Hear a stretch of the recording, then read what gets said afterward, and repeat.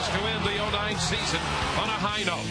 Tonight, James Shields makes his final start of the year as the Rays go for win number 82 on Fox Sports Florida.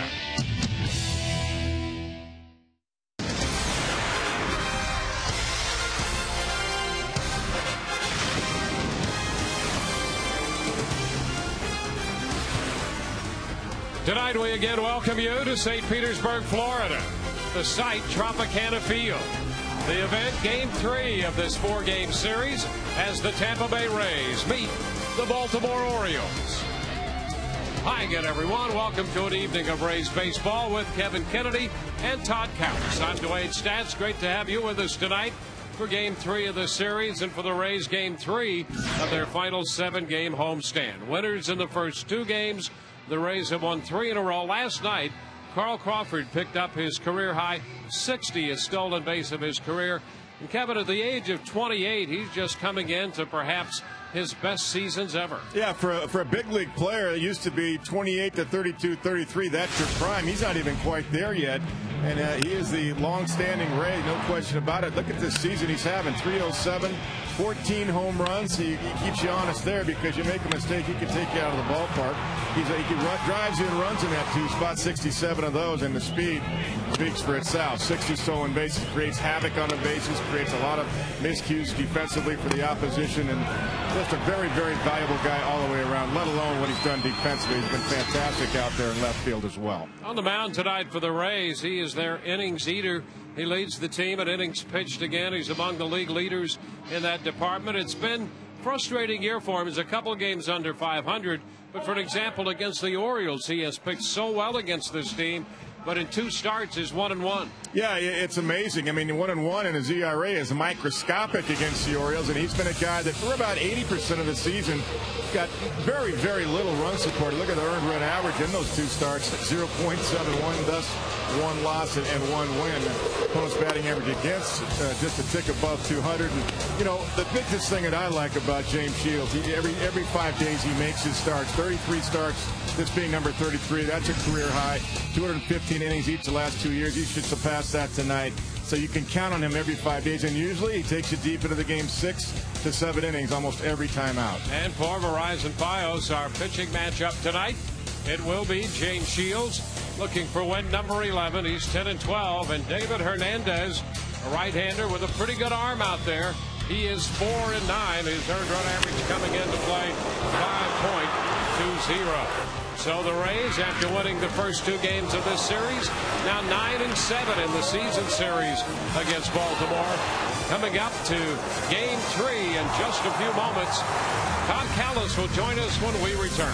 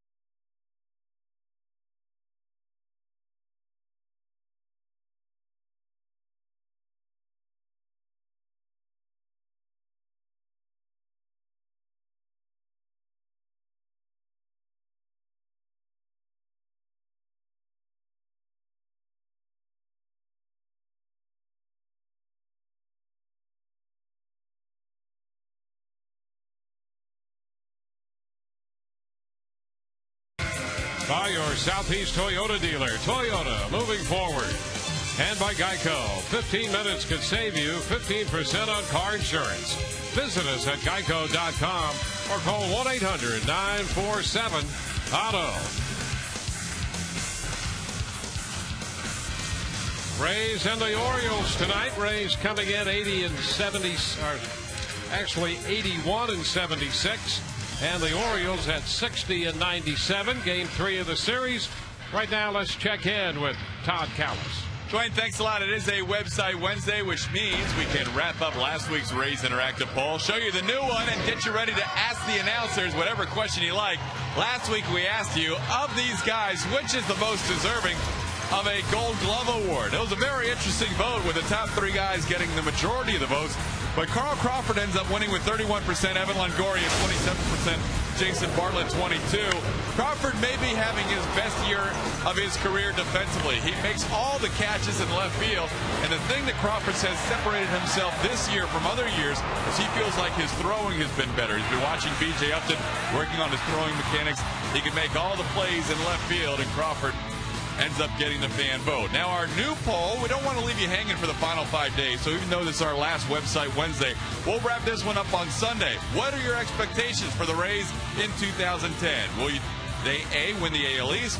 Will they win the wild card? B, finish over 500 and miss the playoffs, kind of like this year, or finish under 500 and miss the playoffs?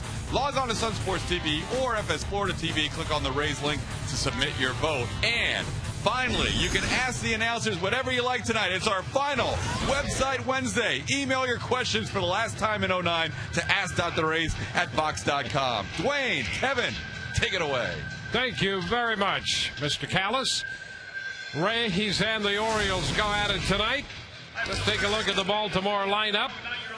Roberts will be in the leadoff spot again. Brian Roberts, followed by Jeff Fiorentino and Nick Markakis. Luke Scott, the cleanup hitter. The DH is Matt Wieters. Melvin Moore is at third. Michael Aubrey at first. Chad Moeller will do the catching. Moeller behind the plate hitting eighth. And Robert Andino, the shortstop, bats ninth.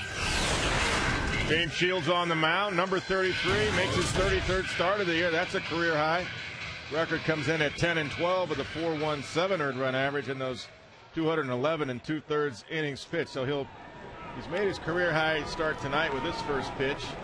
And when he gets past 215, he'll have a career high in innings pitched for the season. So that's what I said earlier about counting on a guy to make his starts. That's big in the big leagues to have your starters not see it hurt in the last 35 days.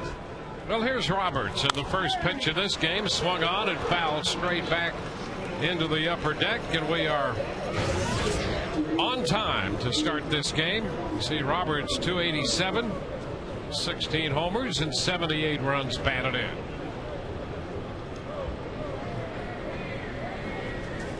The majority of his power comes from the left side of the plate. 15 of his 16 home runs as a left-handed hitter.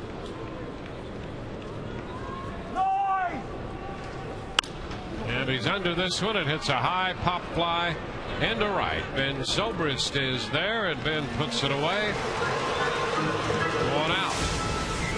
Take a look at the rest of the defense tonight. In the outfield, Carl Crawford in left, BJ up in the center. You just saw Ben Zobrist, and right around the infield, left to right, Evan Longoria, Bruce Grignac, Aki Iwamura, and Willie Ibar. Behind the plate, Sean Riggins gets the start for James Shields. And this defensive line review brought to you by Sweet Bay Supermarket, where saving you money is our passion. Fiorentino takes the first pitch, and that's in there for a strike. You know, we saw Zobrist who made that catch, and you know the question that Todd answered, the poll question, who should win a Gold Glove on the team, and that's a difficult question really, and the voting reflected that. Who's the MVP of this team? And that's, you know, that's another question that would be very, very close in the voting. Upton takes care of this, and Fiorentino is out of there. And, you know, Ben Zobrist a couple of weeks ago came out on top. But as you get down to the end of the year, I mean, Ben, very good. Bartlett again, who was the MVP last year, very good. Evan Longoria who has had a great year once more. Could be that guy. And Carl Crawford, of course. Markakis takes it high, 1-0. Well, you know, that's a good sign when you've got 5 guys, really, that could be voted your team MVP, because most clubs will say there's one and it's automatic. I look across the field here. Well, for the Orioles, it could be this guy. Iwamura with a backhanded stop and a 2-hop throw to first in time to retire Markakis. 1-2-3 go the Orioles. Had a nice little play by Aki. We go to the bottom of the first. No.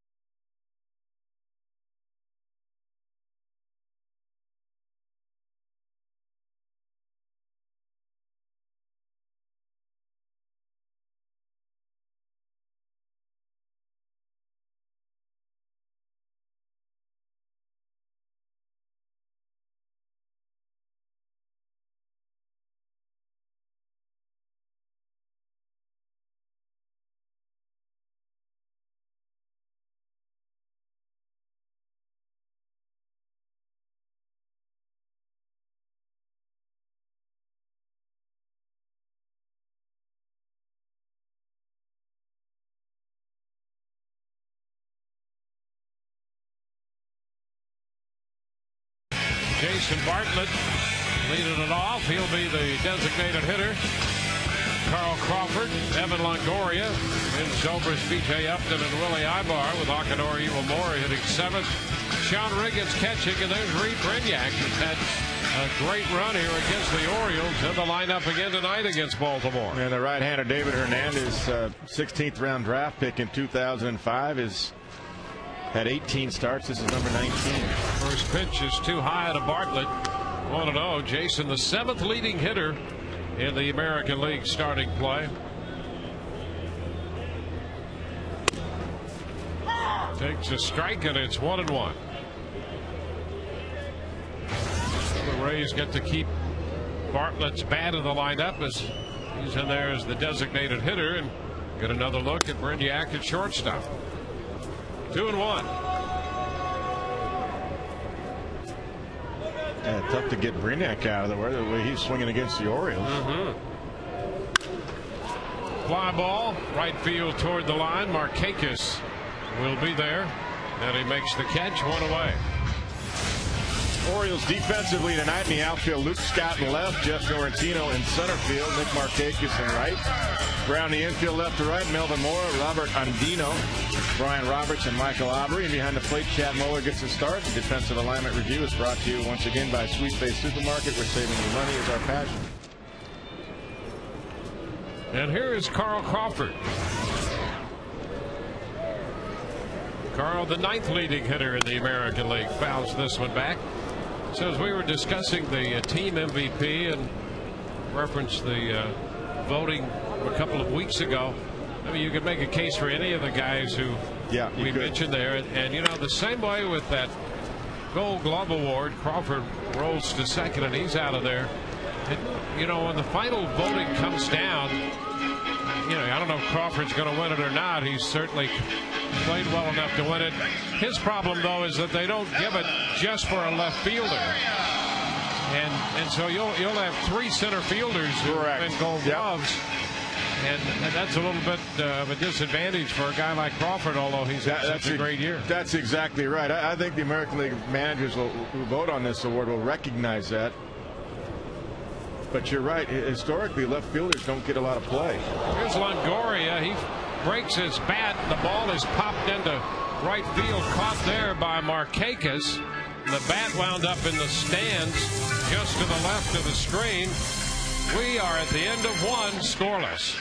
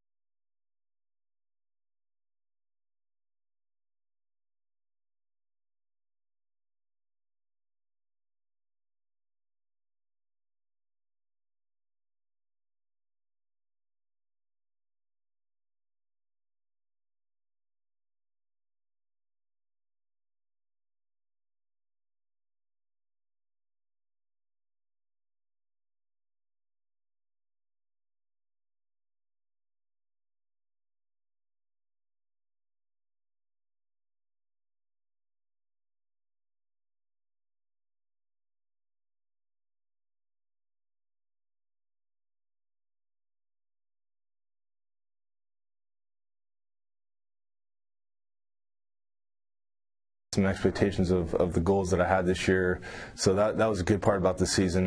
But right now, you know, I mean, it's hopefully I can just finish up strong and finish this last one going into the next season. Yeah, one thing James Shields said, guys, that he learned about this year was the games in April were equally as critical as the games in September. I think that was a lesson for a lot of this team because they felt like, hey, it was early when they got out to that 8-14 start. But in this division, they never saw anything higher than third place after that start. So Shields making his final start of the year. Guys, back to you. All right, Luke Scott leads it off, takes a big cut and misses. Strike one. Interesting with Scott up there. Longoria has played a little closer to third. Now with one strike, he moves over to what would be kind of a deep shortstop spot. But before the inning started, Shields didn't want the extreme shift on.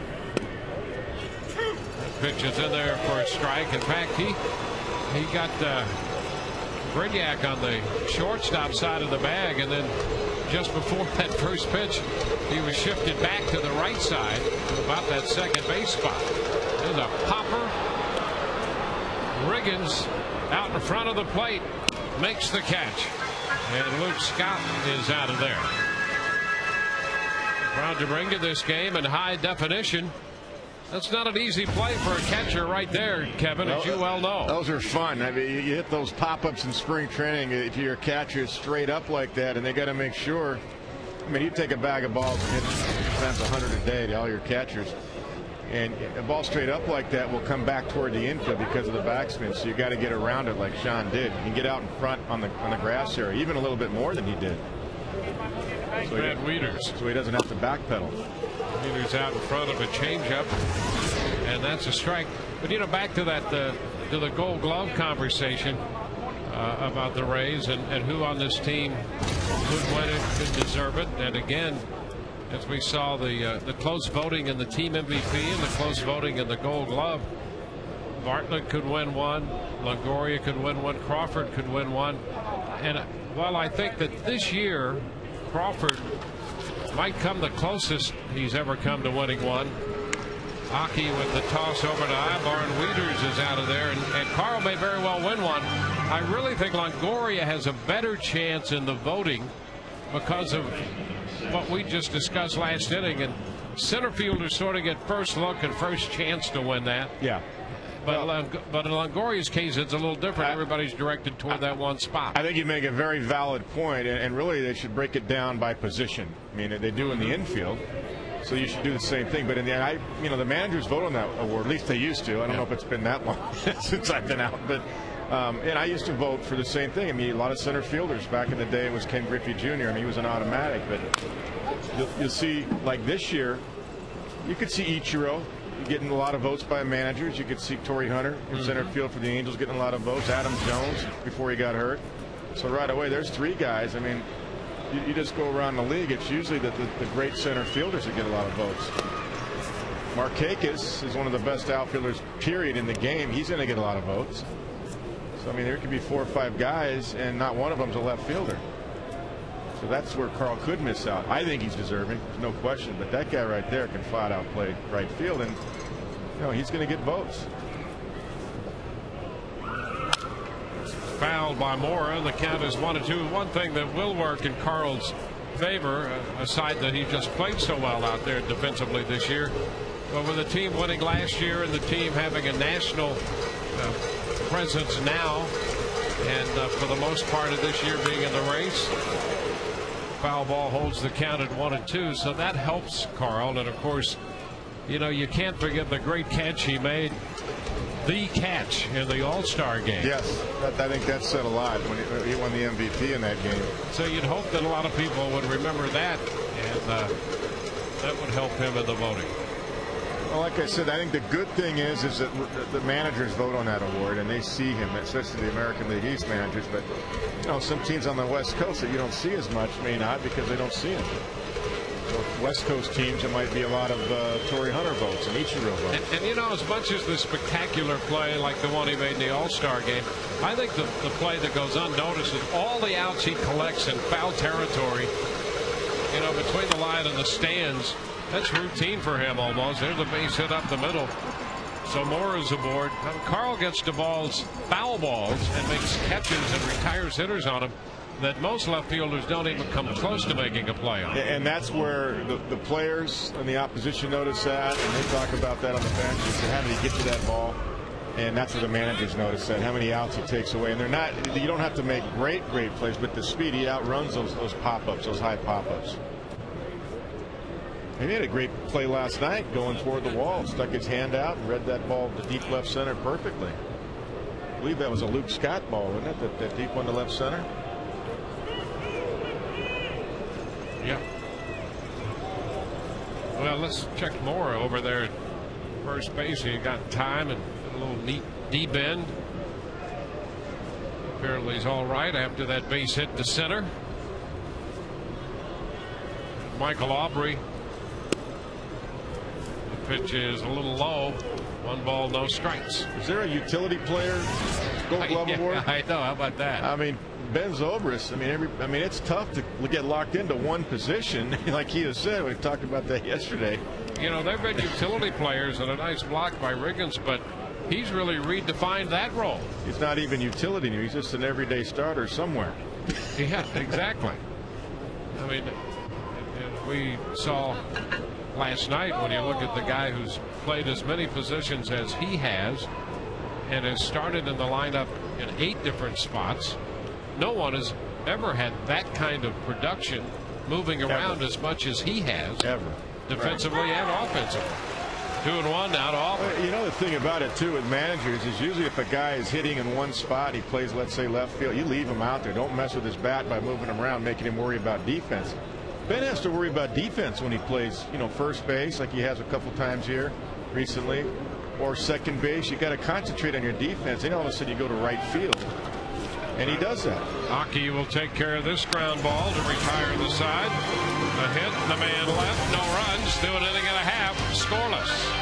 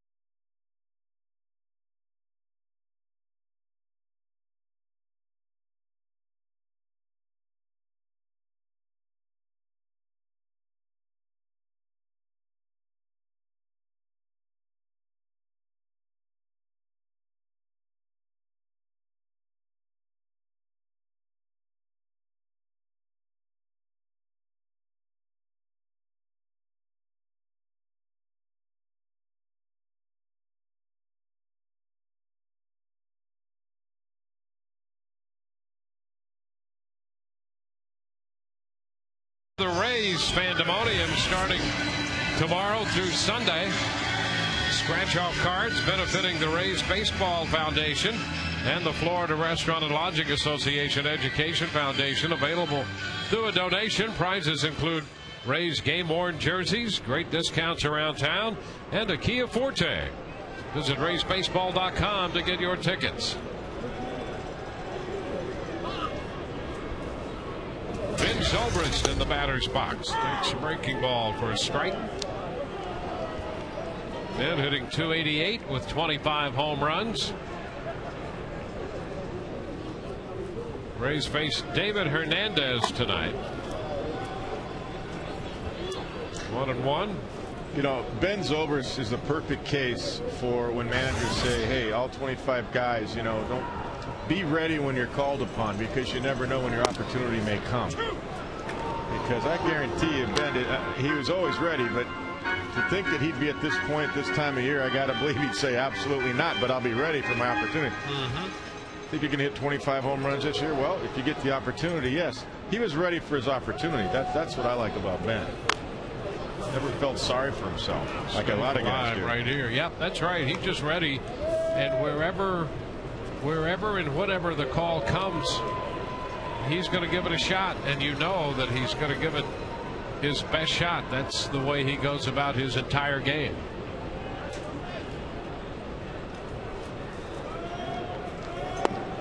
Swing and a miss on the breaking ball. Zobrist out on the curve. One away, and let's check in with Todd Callis. Our first Ask the Announcers question of the night, Dwayne, comes to us from a variety of sources. Larry, Charles, Nelson, all about kind of the same topic. Off-season acquisitions, in particular, if J.P. Howe is now one of the guys that goes back to the 7th or 8th inning, and Joe has kind of hinted that might happen, who might be a closer for the team in 2010, guys? Well, that's a great question, and I think they'll have extensive conversations about that. The pitch, B.J. Upton takes it high, and I really think going into the offseason, that might be the first topic on the table about what can they do to help this club make it better for next year. And you know, the front office not in the position to talk names, at least publicly, but they would know who they would have in mind. And I tell you, one of the guys I'd love to have, and that's Billy Wagner, and I say that because I'm going to show you my book. Let's see. Oh, there you are. Yeah, I mean, you wrote it right down on your scorebook too. I already wrote it down. And there are a couple of reasons for that. I mean, we have seen the way he's thrown, but you know where he is right now. I'm not sure with the Red Sox that because of his makeup, he's just happy doing what he's doing. I think he's a closer who wants to close, and they have a closer and a couple other young guys up there they're thinking about down the road in that role. And I think if you give Wagner an opportunity to close, he might take that opportunity for fewer dollars than he would stay somewhere else and not be a closer. That's exactly right. He's got a 1.91 earned run average. Last night he pitched in the 8th inning to get the ball to Papelbon. Now they lost 8-7 to Toronto, but I saw some of his highlights. You know, he's throwing the ball 93. I think he'll get it eventually back up to 95 plus. The slider is what's really key. He's got a great feel for his slider. He's got the mentality. You know what? He is a no-nonsense guy, too, and a stand-up guy. I've known Billy a long time. He'd be perfect. He'd be perfect on this ball club. Willie Ibar fouls it back, and he wants to close. And let me just say that, you know, we don't know anything. I mean, we're two guys talking here, and that's our opinion and our observations right here. So, of course, our producer, Kevin Patterson, certainly concurs with the idea that we don't know anything. There's a ball and a stolen base by Upton. That's his 40th steal of the year. But I just think he would be a great fit. Wieters, that's not Wieters, actually. Wieters DH tonight. Moeller, a little bit long with the release. As BJ got a great jump, no chance to get BJ up. Well, you know, Billy came back and decided to go to the Red Sox, waived his no-trade clause because he wanted to prove he could pitch. So he's showcasing himself, for one. He wanted to be in close situations, for two. That's a fact. And show to people, and the reason he came back within 10, 11 months after that surgery, the Tommy John surgery, which, by the way, they took a ligament out of his leg, not his other arm. And Billy said told me the pain hurt in his leg more than his arm did when he did that. That says a lot. Fly ball into right center field. That's going to be in there for Ibar. Upton will score. He's on his way to the plate. And the Rays take a 1-0 lead. So Willie Ibar, who had a good night last night, Willie drove it around and went 3 for 4 in the game, has a base hit and a run batted in his first time up tonight. Oh, you talked about Willie getting a lot of at-bats in the last couple of weeks. This is a mistake pitch. Hernandez trying to go down and away. He misses down and in. The overhead will show you that. And Willie is a good low ball hitter. And he just drops it into right center field for the RBI single. He's hitting 13 out of 14 now. And here's Akinori Iwamura. So Ibar is at first.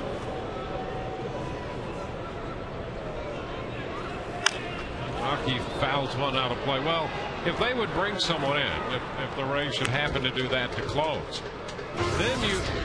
then you have an opportunity to settle the bullpen in roles that it has occupied before. For example, Todd mentioned J.P. Howell. Well, J.P. has shown that he can close. He's shown that he could set up in the 8th inning or the 7th or the 6th. Wheeler, who closed, was the 8th inning guy in Houston on a pennant-winning team. Did it there. He did it here a year ago. There's a foul ball back, and so the count is 2 strikes now to Aki. So you've got some people down there who have successfully done that in the past. They can pitch the 7th or the 8th inning and get you to that guy. Well, boy, that certainly settles things at the end of the game a lot more than it has been settled. Yeah, because now you're looking at, and if you've got starters, we know that Shields usually gets you into the 6th or 7th inning for sure. Wade Davis has shown that he has no problem pitching deep into a game. David Price is getting better at minimizing pitch count. He should be better next year getting deep in games. So now my point, Garza can do the same thing. So now Neiman's been super all year. So now you're talking about managing about 5 or 6 outs to get to your 9th inning guy. That's not saying Billy Wagner or any other closer is not going to blow a few, but it's just a different mindset. And Iwamura is out on the breaking pitch, looking this time. So 2 strikeouts in the inning, both coming on the curve. One swinging and this one looking. Yeah, that looked like from that angle it went around the plate. Not where Moeller caught it, it's where it crossed the plate. And from that angle from center field, it looked like it went around it, so it looked like Aki was right. Here's Sean Riggins. So Sean getting another start tonight. I went through a similar situation when I was managing the Red Sox in 1995. We did not have a closer. We were mixing and matching in the first half of '95. We led the division by 3 games. We had a chance to get Jeff Montgomery from Kansas City or Rick Aguilera, and we elected to go with Rick Aguilera. And when we got him at the trading deadline that year, Mo Vaughn and some of the offensive guys came in and said, Skip, thanks a lot for you guys being able to do that. It really relaxes us. We feel now like when we have a 1-run lead, that's enough. We don't feel like we have to have a 3 or 4-run lead. And it wasn't, but what it did, it put other guys like Stan Belinda, who I had, in a better role for him, because he was devastating on right-handers. You remember how Stan threw kind of that 3-quarter delivery. Sure. We had Stan and Rael Cormier, who was a lefty. It put them in good roles in the 7th and 8th to get to Rick Aguilera, and Rick saved 20 out of 21. We won the division going away, beat the Yankees. So it's the mindset of the players too, not just as the manager. It's the players that feel it, the offensive guys. Pitch up, popping away from Moeller, and down to second base goes Ibar. That would just clank right off the mitt of Chad Moeller. So that'll be a pass ball, moving Ibar into scoring position.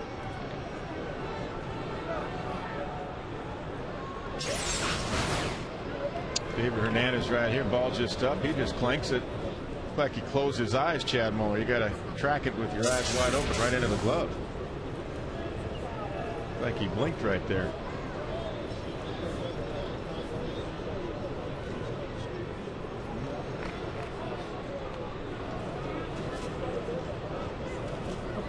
The 1-2. Wave and a miss. Riggins out on strikes.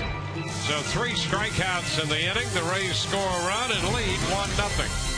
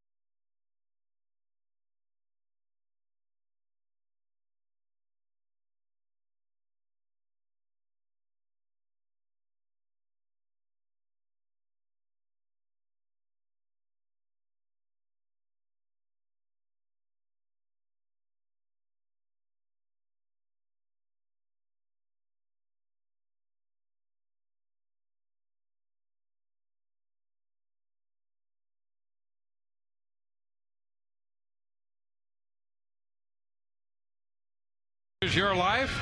Turn to the St. Petersburg Times, winner of 2 2009 Pulitzer Prizes for excellence in journalism. To subscribe to the Times, the official newspaper of the Tampa Bay Rays, call 877-THE-TIMES or visit tampabay.com.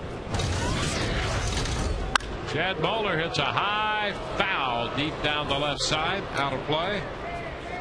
Strike 1. Sitting 8th. Search is on. And now the battle is on. And the victor. Almost got his arm caught.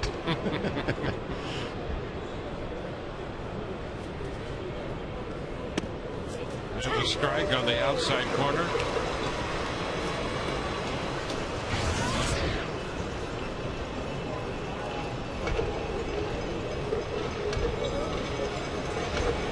Shields gave up a 2-out single in the second. Moore at first in that inning. He's ahead of Moeller.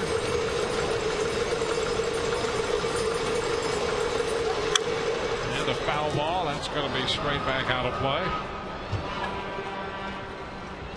Count still 2 strikes to the Baltimore catcher.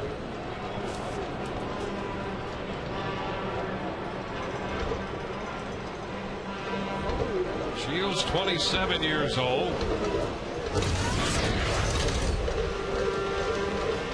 The oldest member of the Rays rotation, and boy, that's really something to behold with the young arms the Rays have in that rotation.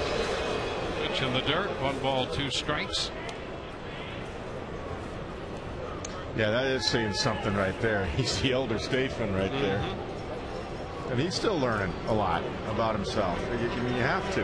Jeff Neiman's had a great rookie year. And, you know, it's an interesting decision, I thought, by the Rays skipper to give Neiman another start. He struggled a little bit the last couple times out. There was a high fly ball right side. Zobrist is there just across the line and takes care of it. 1 away. If you need a new cap, you can stop by the New Era Cap Corner on your next visit to Tropicana Field. You'd better hurry. Only 4 games left after this one. That's located in the third base food court. Choose from Rays caps, novelties, accessories, and more. The New Era Cap Corner, the official cap of Major League Baseball. Well, it's kind of interesting that Neiman will get another start, and I know what Joe's trying to do there. He knows that Neiman has had a great year, figures prominently in the plans and the future of this club. And Joe actually has, in a way, handled some of these guys here at the end of September with an eye toward next September and maybe even October. Yes. He wants to stretch them out a little bit. And Neiman's one of those guys. He wants him to know how to pitch when he's tired late in the year. Yeah, I like that. And I noticed that talking and hearing Todd's interviews with Joe in the pregame the last couple of days. Very interesting how Joe is preparing for next year, that they plan on being in the postseason. These are meaningful games and how deep the season can be. I like that a lot. A lot of organizations are shutting their young guys down. Joe's planning for next year that Neiman and all these young guys get the extra start, because they plan on these games really meaning something next year at this time. Pitches down 2-2. Well, so often young pitchers, and Wade Davis would be like that now. Yep, He's been in the minor leagues. His season's over by now. Yep. Well, there he was starting last he's night. pitching 7 Sunday. innings, and he's going to pitch again Sunday. And against the Yankees. I like that.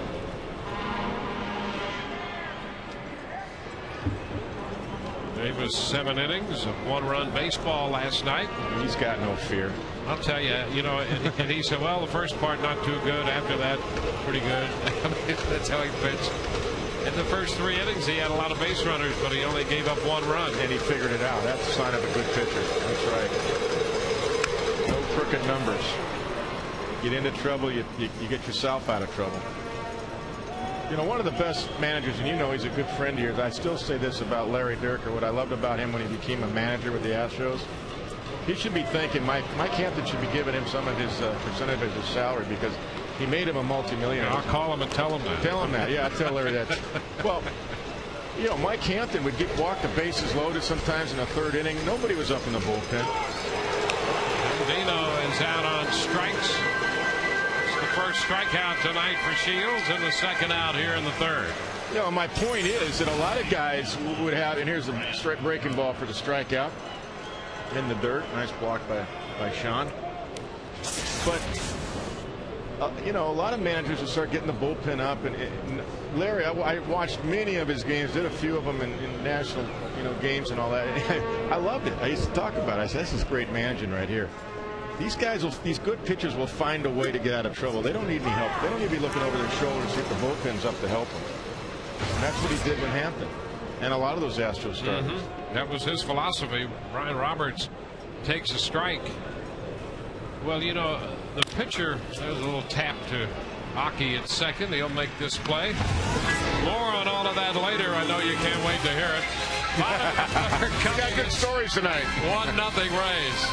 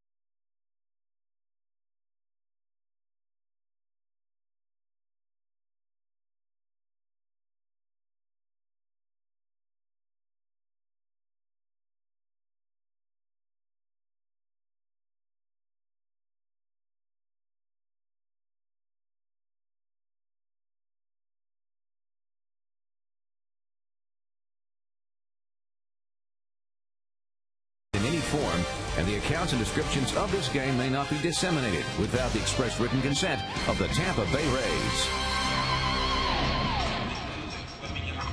There are a couple of Hawaiian shirts and one of the old original Rays shirts down there. That one And Gary Nicholas, our director, boy, he has really scouted those out tonight in honor of Larry Dierker. That's the best we could do. In honor of Larry Dierker, since he's not here. For people that don't know, that's what Larry wore, all the Hawaiian shirts. Yep. He said, hey, you're supposed to have fun. Best thing to have, and nothing says fun quite like one of those shirts. Foul ball out of play. The count is 1-1. Well, you know, just to continue that line, you got a starting pitcher. He hates to come out of a game if he's the pitcher you want in the game. They don't want to come out. You don't want him. You know, and Dierker said, look, I know a lot of pitchers complain about being taken out earlier than they think they should be. And he told them, hey, another base hit for Brignac off Baltimore pitching. And boy, is Brignac hot against them. But Dierker told me he's going to give him every chance to pitch out of jams. And so that's how you learn. Stayed with him. Yeah. Speaking of staying with them, let's go to Todd right now. Hey, Dwayne, we have another Ask the Announcer question. It's Jessica who's watching our game tonight. And she's heard a lot of rumors about Milton Bradley and the Rays, and she was just wondering if there is any possible truth to that, guys. Thank you very much, Todd. Brignac at first, and we go to the top of the order, Jason Bartlett, who is the DH. Where do we want to start? You want to go first or me? Well, because I got my feelings. Yeah, there's a pitch, a breaking ball in for a strike. Well, which general manager was it? There was a rumor already that someone had been talking with the Cubs about acquiring him, and the general manager came out immediately, was very vehement in denying that they'd had any conversations along those lines. I got to believe the Cubs and Jim Hendry, the GM there, is trying to talk to all 29 clubs, because with what he said about the fans in Chicago and not being happy there, it's a miserable place, and all the negativity and all that, and they suspended Milton for this rest of the season. For people that don't know, that's going to be a tough sell to move him, because they signed him to a 3-year, $30 million contract, so he's owed $20 million plus, and they'd have to take a lot of money back for him to come to the Rays or anywhere else for me, let alone what you're going to be dealing with. I know him from the Dodgers, and I know why they moved, and the Dodgers made a steal trading him to Oakland to get Andre Ethier, who was leading the club in home runs and RBIs, by the way, with over 30. So to me, Ben Zobrist is the right fielder. Of course, what do I know? I'm just up here talking, but I'm just saying. Hey, we've qualified that earlier. We don't know anything. We don't know anything. Just a couple of guys up here talking. Don't know what's going to happen with Aki and all that, or Sean Rodriguez, the young infielder that was in the Casimir deal. But you look around the outfielders. Crawford's been phenomenal. BJ, you got to believe, is going to have a much better year. Ben deserves to play out there. I mean, so really, the needs. I mean, Ben Zobrist to me has eliminated the need for a Milton Bradley. Yeah, and you've got a kid named Desmond Jennings who's coming too. Yes, exactly. Bartlett lifts it into right field. Markakis, a lot of time to settle, and he makes that one for the out. One away with the man still at first. And I think the nucleus of this team, that's another thing. I know it's disappointing. The team's won 81 games. They want to finish over 500 and win as many games here the rest of this week that they can. The nucleus of this club is a good team. It just is a good team. One that you figure is going to be competitive and in races in the foreseeable future. You break it down from the infield to the outfield. Crawford hits one toward the line and left, and Scott makes the catch. Really, where are there any holes? This infield, let's just say, assuming Aki is back, you got Carlos Pena, Aki, Jason Bartlett, and Evan Longoria. To me, and I cover both leagues, and you do too, of course. You see the National League as well. You're not going to find a better four in the infield that from both defensive and offensive standpoint as a foursome than that. Okay, Ben Zobrist has proven he can play right field. So really, offensively, as in every day, where are the needs? Well, we could talk about the catching situation later, but I mean, really, I don't see a need for a Milton Bradley. That's what I'm saying. Let alone the money. I would put that money elsewhere. That pitch right there, a breaking ball that got away, and Longoria had to duck it. There've been a couple of those, but both have been on breaking pitches, and There was an attempt to throw a breaking ball there. Yeah, that's exactly what that was. It's like a slider. Didn't get over the top of it, obviously. 1-0 the count to Evan.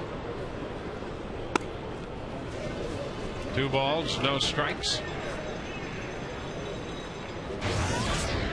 You know, some will say in Chicago that was the demise of the Cubs, not to put it on one guy, but by trading Mark DeRosa, getting rid of his salary, and enabled them to go out and get Milton Bradley. And a lot of people in Chicago feel that way, and even on the ball club, felt that was the biggest detriment. And then Milton got off to a bad start, and you know the rest of the story.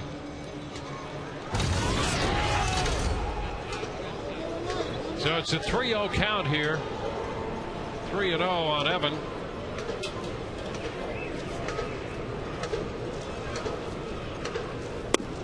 And he takes it low for ball 4. That moves Brignac up to second, puts Evan at first, and gets Zobrist to the plate.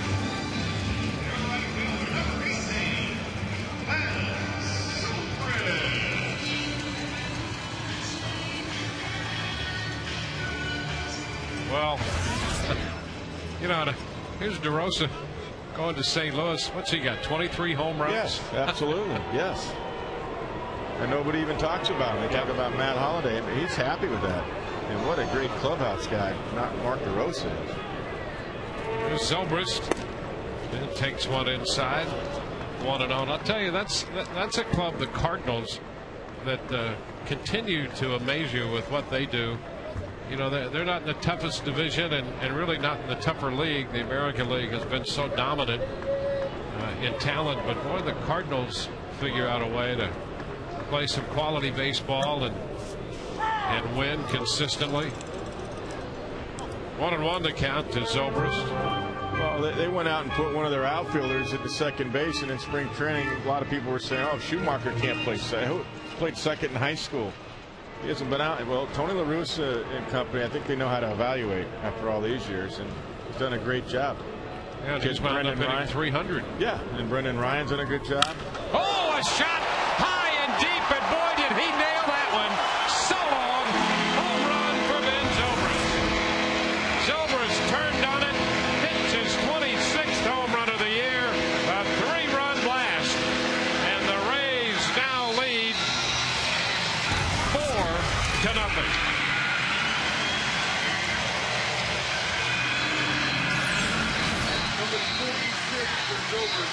Look at this fastball up. They tried to go in and bend it, but started tailing away, and he still turned on it. They wanted to go way in. It was tailing away over the heart of the plate and up, and he got on top of it. Really quick, short swing. So I think that'll close the book for me on Milton Bradley. I mean, really, here's your guy. I mean, what more does he have to do? Pitches down to B.J. Upton. Well, you're right, and especially with, you know, with some young talent on the way. Yeah. I mean, Jennings, for a lot of reasons, appears to be the real deal, and you don't have to be around him very long to know that he's a bright young man, and he's got a lot of ability. So I think he's gonna push his way into consideration in the not too distant future. And Zobrist has been so good. And well, you got Fernando Perez here too that can play all outfield positions. It's a very talented core, and I like too organizations like the Rays that try to, for the most part, build from within. Now, granted, Ben was with Houston, but I mean, look what he's done. What kind of character and personality he has. But a lot of the core guys come up through the system here, or via good trades.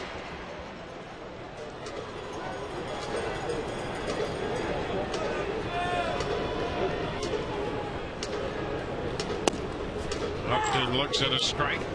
3-1.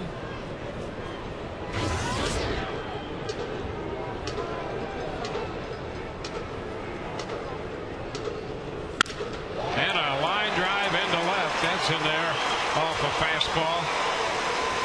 Hernandez, in his 18 prior starts, has been hurt on the fastball. We've seen him try to throw some breaking pitches here tonight, more so than when the Rays saw him earlier But boy, he's been hurt on a couple of fastballs, and Upton hit that one hard. Yeah, these are just up. I mean, that's just mislocation also. And that's a nice fluid swing. Got the front foot down in time. Good level swing by B.J. Upton.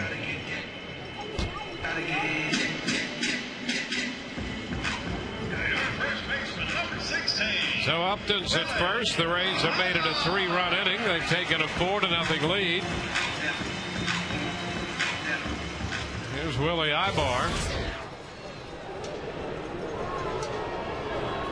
Willie drove in the first run of the game in the second inning. Upton's back in at first. Toyota trend. Look at that in the series so far for Ibar. 5 for 6 with a homer and 5 runs batted in. And the breaking pitch is over for a strike.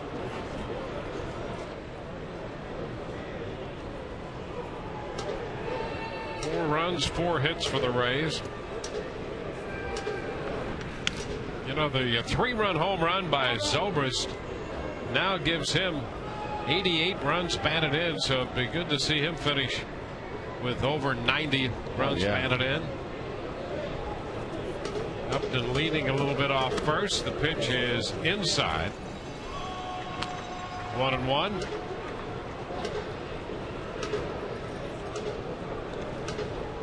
Yeah, Ben after that home run's at 289. So, you know, yeah, you like to finish over 290. Over 90 RBIs. Ibar lifts the fly ball into left. Scott in line to catch it. Then retires the side. The Rays come up with 3 on one swing of the bat from Ben Zobrist. Through 3, 4-0 Rays.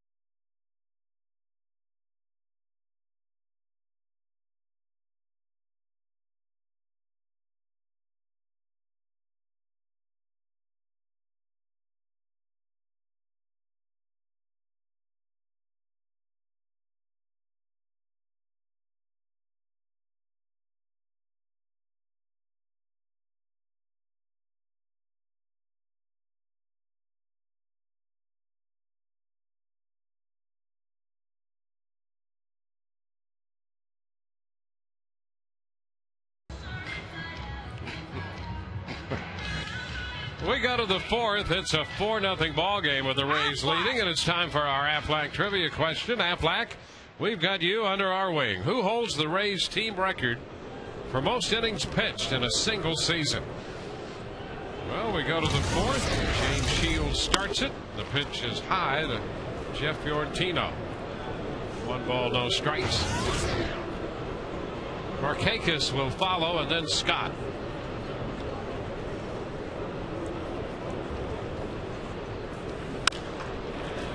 Foul the other way, and it's 1-1. The Rays with this 4-run lead. You know, they've not scored a lot of runs for Shields this year, and that has some factor into his record. Strike 2. 1 ball and 2 strikes. In fact, they've averaged 4.38 runs per 9 innings for Shields.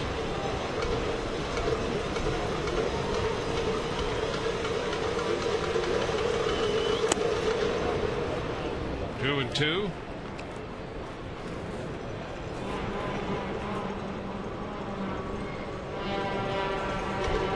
Would be checking his support. That's the 5th lowest in the American League.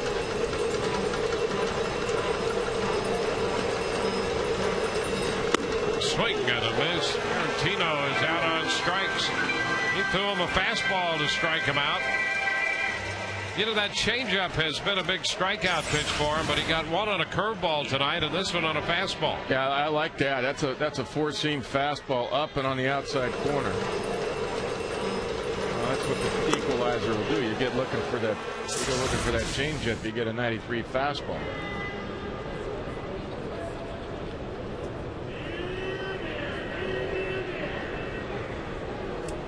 There's Nick Markakis. Pitch away, 1 ball, no strikes.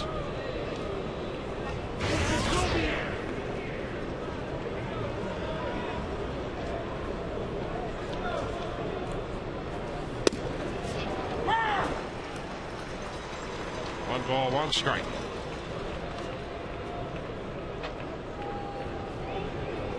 Shields has given up a hit, 2-out single to Melvin Mora in the 2nd inning. We're in the 4th at the moment. Pretty close pitch right there. Didn't miss by much. Curveball. Guess it was up. 2-1. Another look. But it had the plate. I guess it's up a little bit.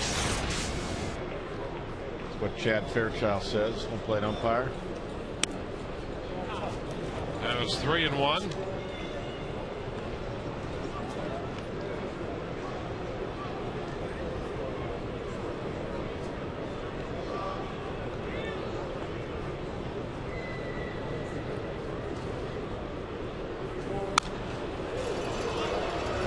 Count full, foul straight back.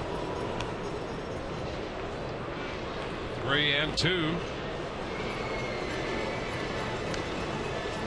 Luke Scott on deck.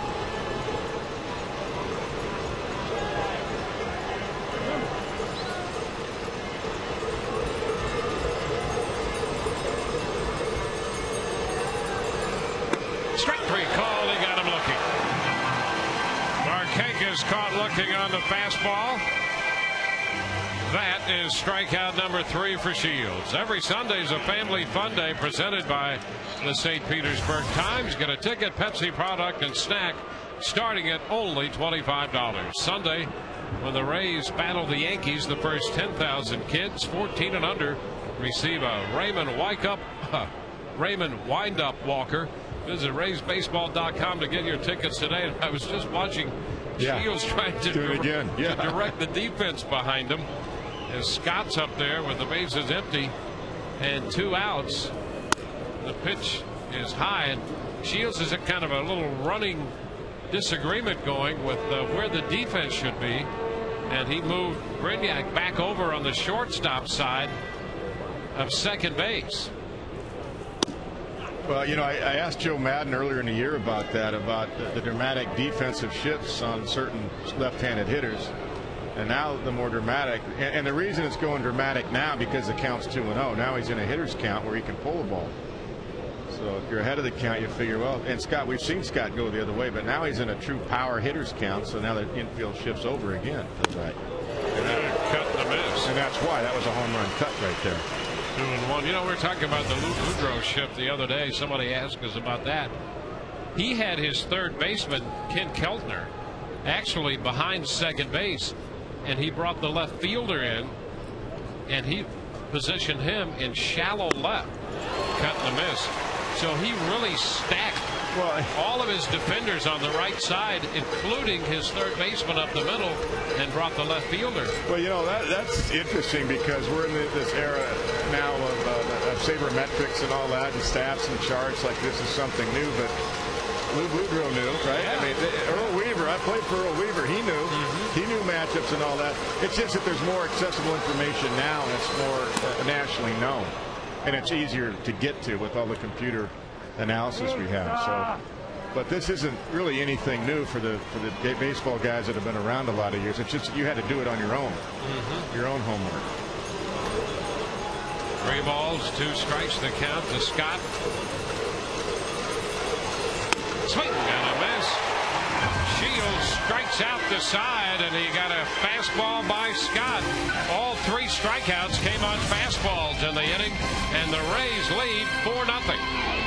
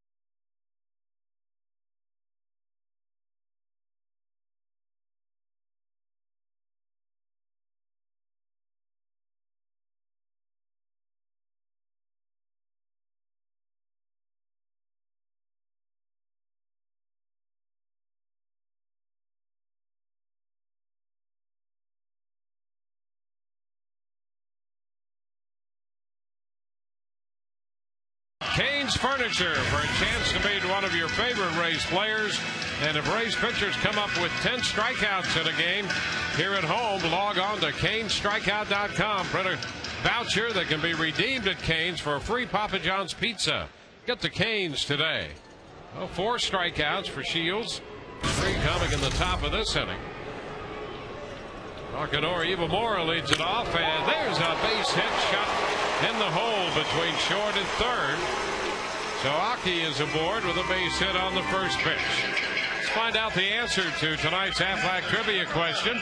Aflac, we've got you under our wing. Who holds the Rays team record for most innings pitched in a single season? Well, what's your guess? Tanyan Sturts, 224. That was in 02. Shields now is 2nd, 3rd, and 4th on the all-time list of innings pitched in a single season for the Rays. Shields now with 215 and 2/3 tonight.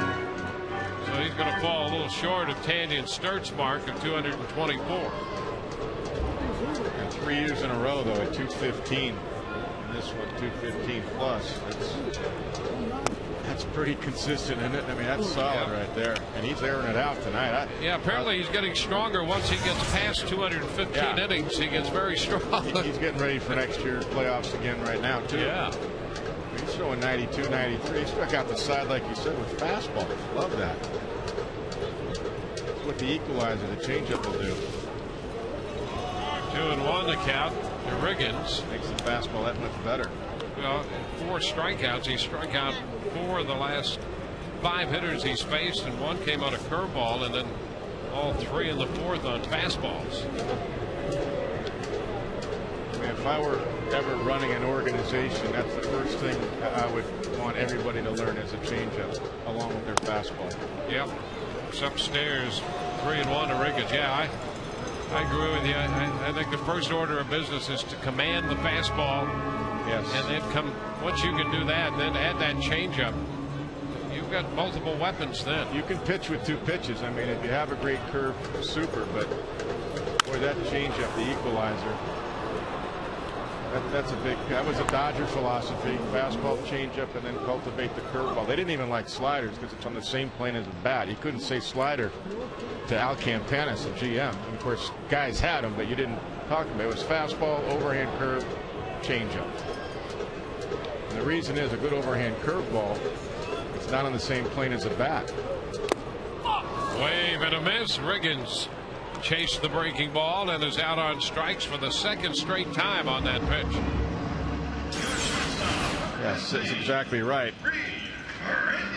That's a slider right there with good tilt. But if you throw a flat slider, see, you can miss and even have a long swing and still catch up with the slider because it's the same plane as the bat path. But a curveball's right over the top. It's tough to square it up or center it, however you want to say it, unless it's a big hanger. So that was the old philosophy in LA at the time. There's Brignac. Pitch is high. 1 ball, no strikes. Reed had a base hit and a run scored in the third. Came into the game hitting .284.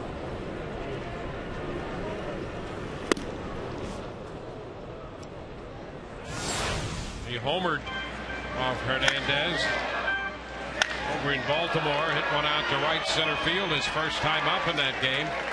His first big league home run. He went 4 for 4 that night with a homer, a single, and 2 doubles. Strokes it into left center field. Scott closing, however, and he gets over to make the catch this time. Brignac made a bid for another hit. Sure did. A little too much hang time right there. Looked like he's going to drop one into left center in front of Luke Scott. Swinging about well, though. The ball was up and away, and he went with it. That's a nice piece of hitting. Scott to run it down.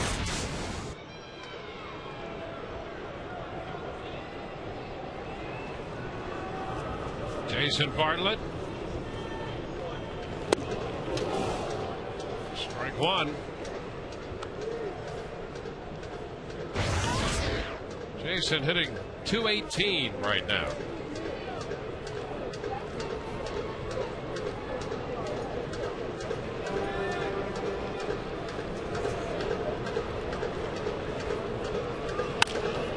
Lines it into right. Markakis is there.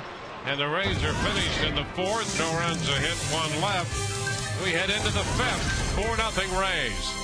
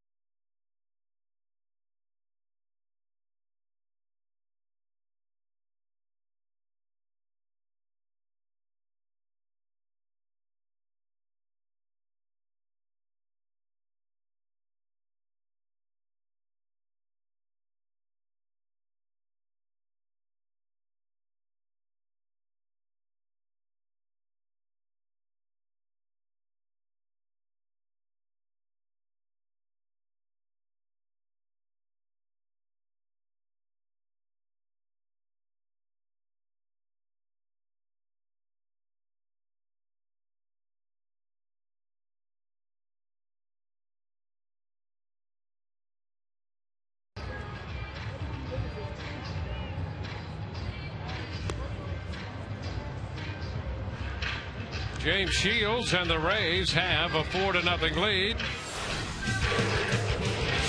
Struck out the side in the 4th inning here.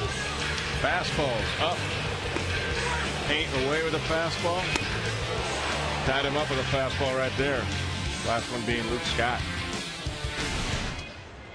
So 4 strikeouts on the night. He hasn't walked anybody.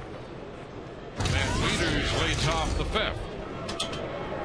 There's a good fastball hitter.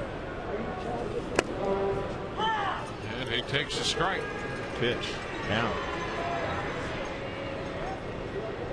Great sequence last night by Cormier to get Wieters out. 4 breaking balls. Big cut. Strike 2. 1 right there. Yeah, in a key situation too. He was the tying run at the plate.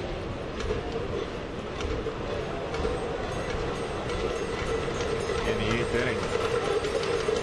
Got him on a ground ball to second base. Cormier did. And a wave and a miss. He had him out in front. So he goes to the changeup for the strikeout this time. 1 out in the 5th. And ladies and gentlemen, once again, here is Todd Callis. Dwayne, thank you so much. Sierra Mist getting ready for the big race. Good luck. Good luck. Hey, another question in Ask the Announcer segment. This one comes from Corey. Corey wants to know about the 2010 rotation. The 5 guys that are currently in the Rays rotation for this final week, are they going to be the 5 for 2010, or is there a chance somebody else could challenge one of those guys? All right, good question there. And the first pitch to Mora misses. 1 ball, no strikes. Well, they certainly, based on what we've seen this year, they would be the 5 you would at least go to camp with and think that they're the guys who would be in there. But I think along the way, they're going to get a little competition. And, you know, we've seen, for example, we just saw David Price. Oh, what a grab at third by Longoria. He had to go up for that one. He got a little hang time, just hung around long enough to grab that one for the second out. That'll help his Gold Glove status right there. Boy, that was a rocket. Right, plenty of hang time right there, Dwayne. Progress, energy, energized defensive play. David Longoria taking one away. Right there. Perfect timing. That was an extra base hit in the making. And a great catch down there. That's why they call it the hot corner. The pitch is a strike to Michael Aubrey. 1 strike to count. Back to that starting pitchers competition. I don't know if Jeremy Hellickson is going to make the team out of spring training or not, but I think he's going to show up in spring training with the idea, based on the season he had in the minor leagues this year, that he's ready to compete for one of those jobs. Swing and a miss. So Aubrey is out of there on strikeout number 6. We go to the bottom of the 5th, 4-0 Rays.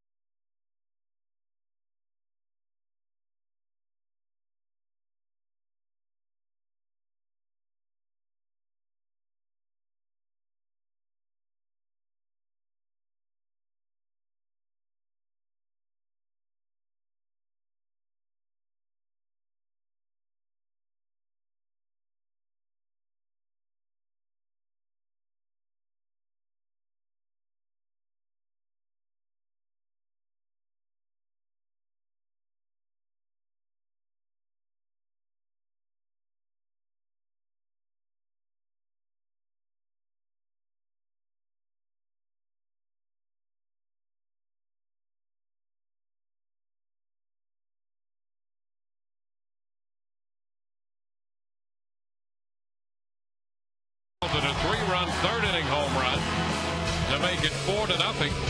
James Shields tonight has picked up 6 strikeouts, 5 in the last 2 innings, and has allowed just the hit by Mora in the second.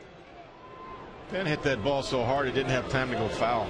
You know, That's right. and he really did. You're right. Carl Crawford takes a curve to start the 5th. That's a strike.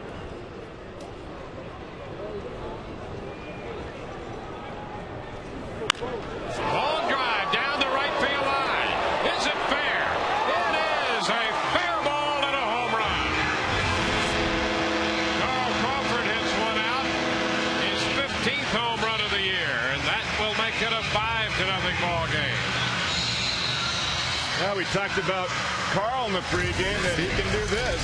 He's 14 coming in, and you make a mistake, he can hurt you with the long ball.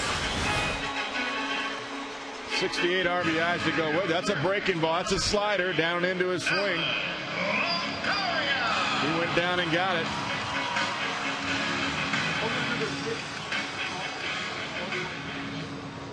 Inside the foul pole. Crawford belts one out. The ground ball to third off the bat of Longoria. The throw is in time. Mora to Aubrey. So 2 home runs for the Rays tonight. That's 27 home runs given up by David Hernandez in just a little over 100 innings of work for the Orioles. Well, that tells you he's got major command issues here in the big leagues. Another young guy kind of rushed to the big leagues, but that's been his issue, is command. There's Ben Zobrist. Hits it on the ground and through the right side. First pitch fastball, and he has himself another hit. He's 2 for 3. Well, that'll get Ben at 290 with that base hit. 289 before that at bat.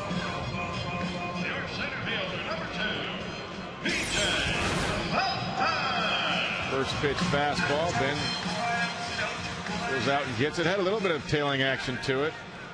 Good extension by Ben and get it through the right side. So a man on, 1 out. 5 runs in. Dave Trimley, the manager, heads to the mound. The Orioles will make a pitching change. The call to the bullpen brought to you by Metro PCS. Unlimit yourself.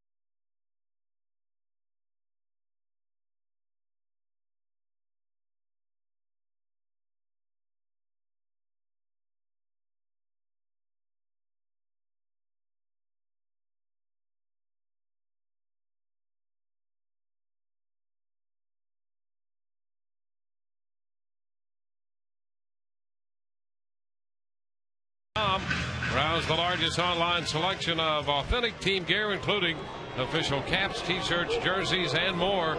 Get your team gear straight from the source. Brian Bass is the new pitcher, and his first delivery low and outside to B.J. Upton. 48th appearance for Bass, on in relief this time of David Hernandez.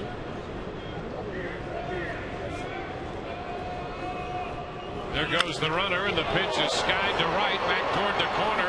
Markakis over there to make the catch. And Zobrist is on his way back to first. 2 outs. Man at first. Not a whole lot that Nick Markakis doesn't get to in right field. Not really a bad swing by BJ. He drove it pretty deep to right field, but this guy is a great outfielder. Not a good one. He is a great outfielder and a Gold Glover and a great arm. Always at the top of baseball in assists from the outfield. Here's Willie Ibar. He gets a great read off the bat. Zobrist, a very good jump, and the throw is, it's in time. Apparently, it got him on the leg before he hit the bag with his hand. He thought he was safe. Jerry Crawford calls him out, and that retires the side. Now the look. Yep. Rays lead 5-0.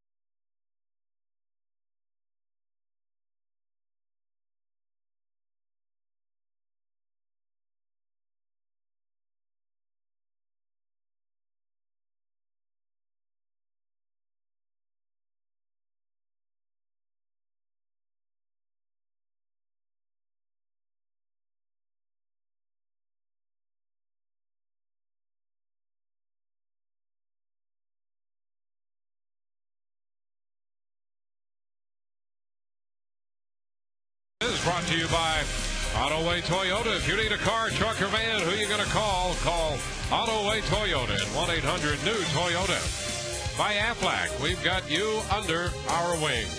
And by Geico, 15 minutes could save you 15% on car insurance. Visit us at geico.com or call 1-800-947-AUTO. First pitch to Chad Moeller, the catcher. Taken for a ball. There's been Zobrist, who was caught stealing for the 6th time this year. He thought he was in there, and that caught stealing ended the 5th inning. Ground ball headed up the middle, and a base hit for Moeller. Once again, we'll check in with Todd Callis. Dwayne, a couple more questions and ask the announcer on our website Wednesday. One fan wants to know about the potential of a salary cap, saying it seems like every year since the Rays have been around, it's either both the Yankees and the Red Sox, or at least one of them, in the playoffs. And also, a couple of viewers, including Nash, were wondering, how's Don Zimmer doing? They haven't heard about Zim lately. Guys, back to you. All right. Well, we saw Zim just the other night. He was out at the ballpark here. Drove to the park. He had a little work done on his back, and he's looking good and feeling good. Ground ball to first. Ibar down to Brignac out there. Back to Shields. That's a double play. 3-6-1 off the bat of Robert Andino. 3-6-1 double play. That was a great play all the way around. Ibar to pick it, number one. Then he threw a little bit wide to Brignac, and for Brignac to hang on to this. Watch this play right here. Here's Chucker's double of the game. He picks it. Goes a little bit wide at Brignac. He picks it and still is able to tag the bag with his left foot and then throw a strike over there to first base. Nice play by Ibar. So the ball's wide. That's a nice. That Reed's a pretty good dancer with that one. Yeah. Well, he comes from Louisiana, you know. He's probably got a few dance moves down there. I saw him earlier. I'm hearing a lot of that Zydeco. Yeah, I saw him earlier in between innings with the music here and the breaks, you know, moving around there on the bench. We had a shot of him. 1 strike to count to Roberts. It's in there, 0-2, but a nice double play nevertheless. The Rays had really battled themselves a little bit there to turn it, but boy, they turned it. Those long limbs, those long arms help Reed Brignac. Long legs, long arms. 1 ball, 2 strikes. So the base is empty with 2 gone. So anyway, Don Zimmer looks great, feels good. That's great. It was great to see him. Yeah. Spent some time with him around the dugout here the other night. Strike 3 call. Roberts out of there. We go to the bottom half of the 6th, and it's 5-0 Tampa Bay.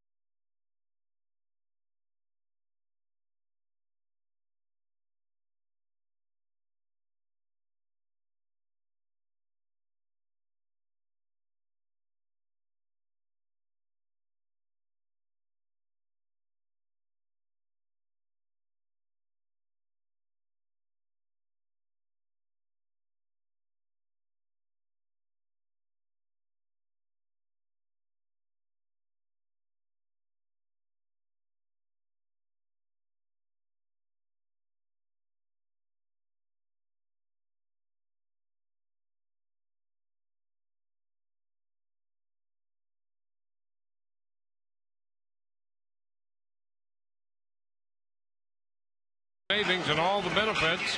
Call 888-FAN-RAYS or visit RaysBaseball.com.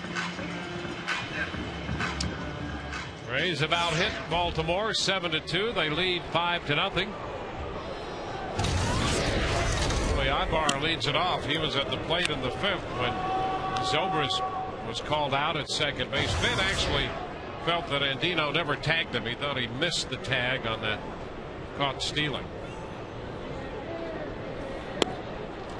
Pitch is down 2-0. How about the other question, Kevin, on the salary cap? I don't see it ever coming myself. No, I just don't see the union. I mean, they finally agreed a few years ago to luxury tax and revenue sharing, but I don't see a true salary cap like the NBA has. I just don't see that. Yeah, I mean, I could see more movement on the revenue sharing. Yes, they're going to have to. I think there they are, because the Yankees have a payroll of over $200 million. Ground ball to short.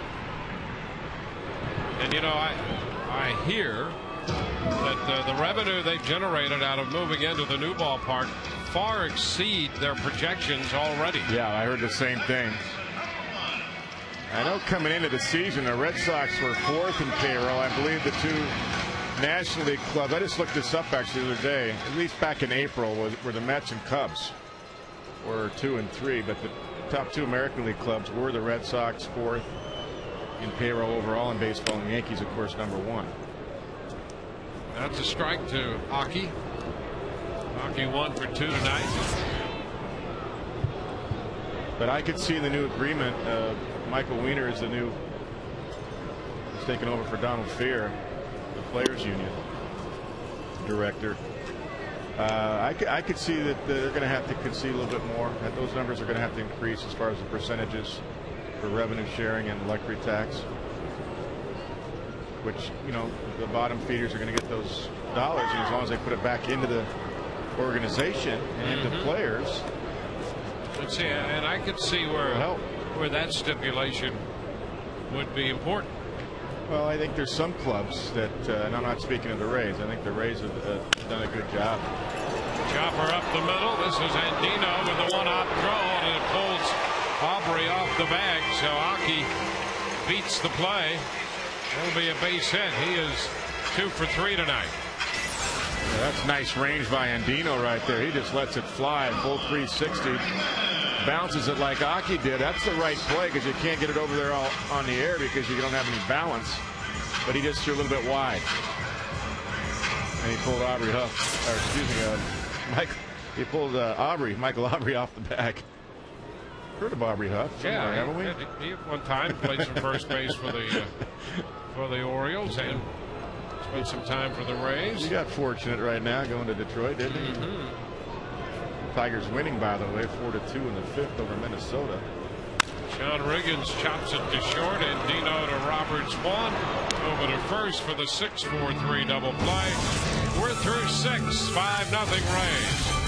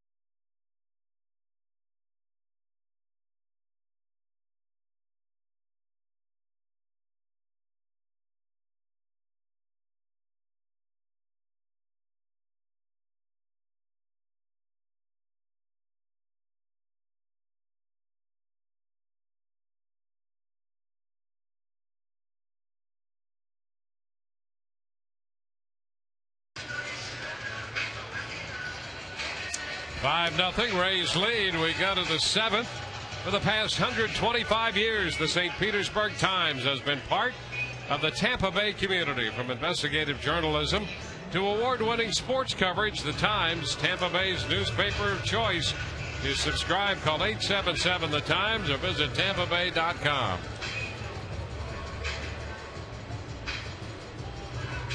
On to the 7th inning.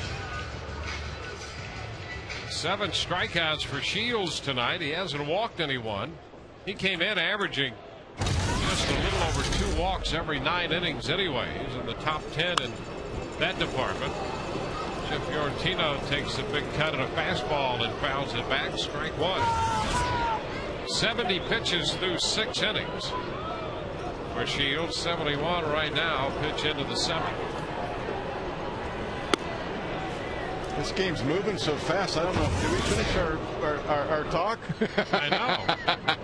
We might have to extend the post game. I think we should. Just to cover all the material we have.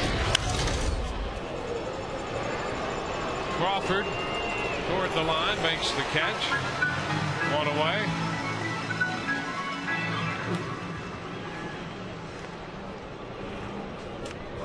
Now Nick Markakis. We had in-depth stories planned for tonight. We might have to just give those to Todd Callis and let him soak up a lot of post-game FaceTime. I agree. Todd Callis. Nick Markakis. Shields is on a mission. Yes, he is. Found in the zone. Look at that. That's got some hop to it. 1 ball, no strikes. Sounded like a strike. Yep, sure did.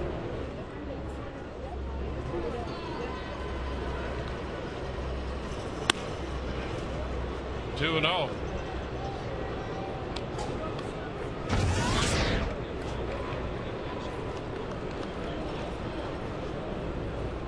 That's pretty efficient right there. 50 of the 75 pitches for strikes. And he's behind Markakis now, 3-0.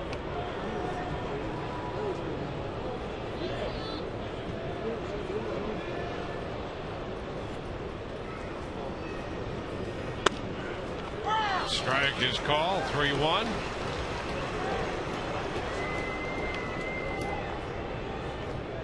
.33 starts for Shields now. Ties his career high. He made 33 last year. That is foul. That had some home run distance to the opposite side, but it tailed foul. And a jubilant fan picks up a souvenir.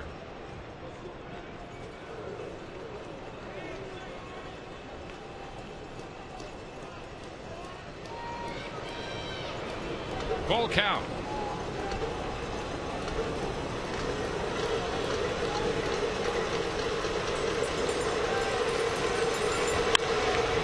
Pitch in on him, pops him up.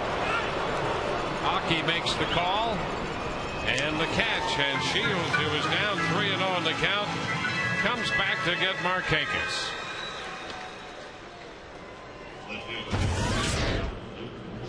Two gone with the bases empty for Luke Scott.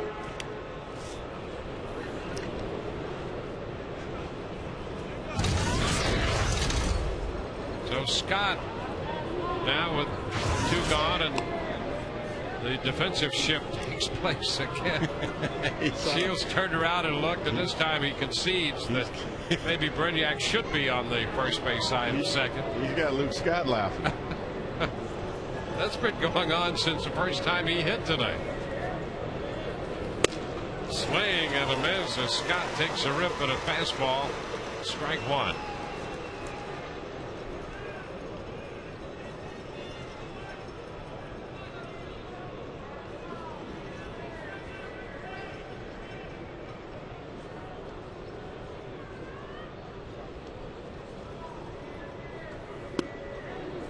That one just missed. 1 ball, 1 strike.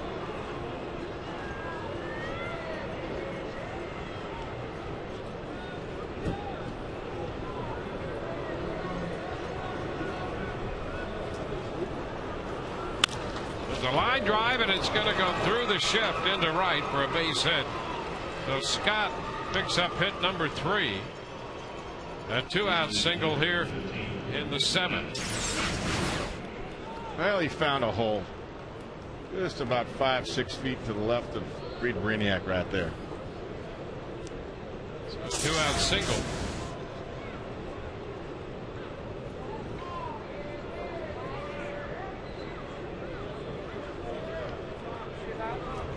There's the old hot foot trick. Wade doesn't even laugh at that. Yeah, I mean, he's serious. He got a serious hot foot. No fooling around. Let's strike you count the Weeders. That Garza pulling that one around. Look at those guys. Yeah, you know, he's pretty serious, and if anybody can make him unserious, it might be that group. I saw a little smile there. 0-2.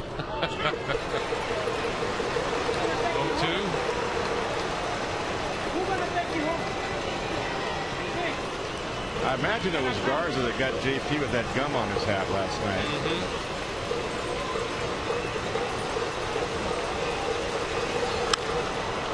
And the 0-2 lifted toward left center. Crawford and Upton, and it's Upton who makes the catch for the out. Bottom of the 7th coming. The Rays lead 5-0. 7th inning stretch brought to you by Autoway Toyota. When you need a car, truck or van,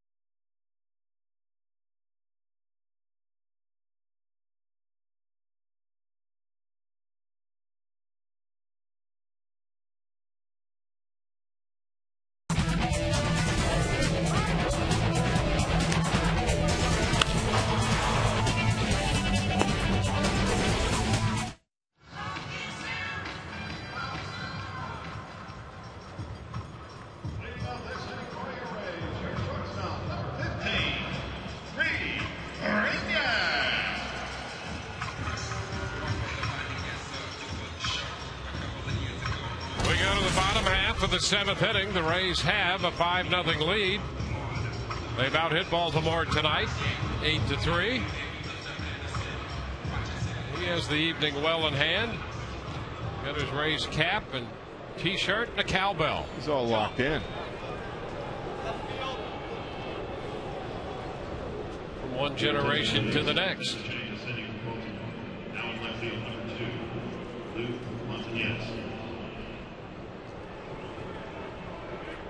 Reed Brignac's going to lead it off for the Rays. There's a new left fielder for the Orioles as Scott leaves the game. Pitch is low to Brignac. That's Montañez. We've seen him in the first couple of games of this series. He pinch hit last night. Played left field in the first game of the series. 1 ball, 1 strike.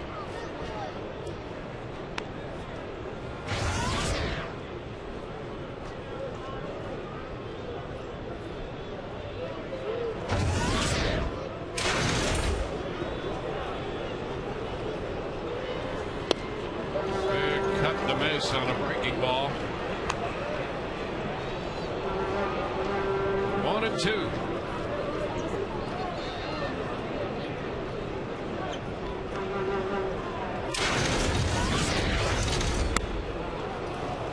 Brignac chased that breaking pitch down. So that is out number 1 in the 7th inning. Once again, let's check in with Todd Callis. Dwayne, thanks so much. A couple more questions on our Ask the Announcer segment of Website Wednesday. We have John and Albert who want to know about your thoughts for Pat Burrell in 2010. Was this kind of a one-year transition for him? There are hopes things will improve, or do the Rays have to look at maybe a platoon of some sort next year at DH? And the other question comes from Kat, and it's about Jason Bartlett, who's at the plate. Kat is from Houston originally. She said she used to love listening to Dwayne with the Astros, and now she's over here with the Rays and happy that Dwayne's with Tampa Bay. And she was wondering about a former Astro, Dickie Thon, and whether Dwayne thought he compared to Jason Bartlett, guys. Well, those are great questions, and there's a shot into left center field off the bat of Bartlett. That's going to 2-hop and go to the wall, and Jason's on his way to second with his 29th double of the year. Well, I'll tell you, one comparison, they both could hit. Dickie Thon, I mean, yes, both played hard, good guys, and they could both hit. Fastball up out over the plate. We know Jason can hit that. He's got a really short, compact swing. Good quick finish, short finish right there.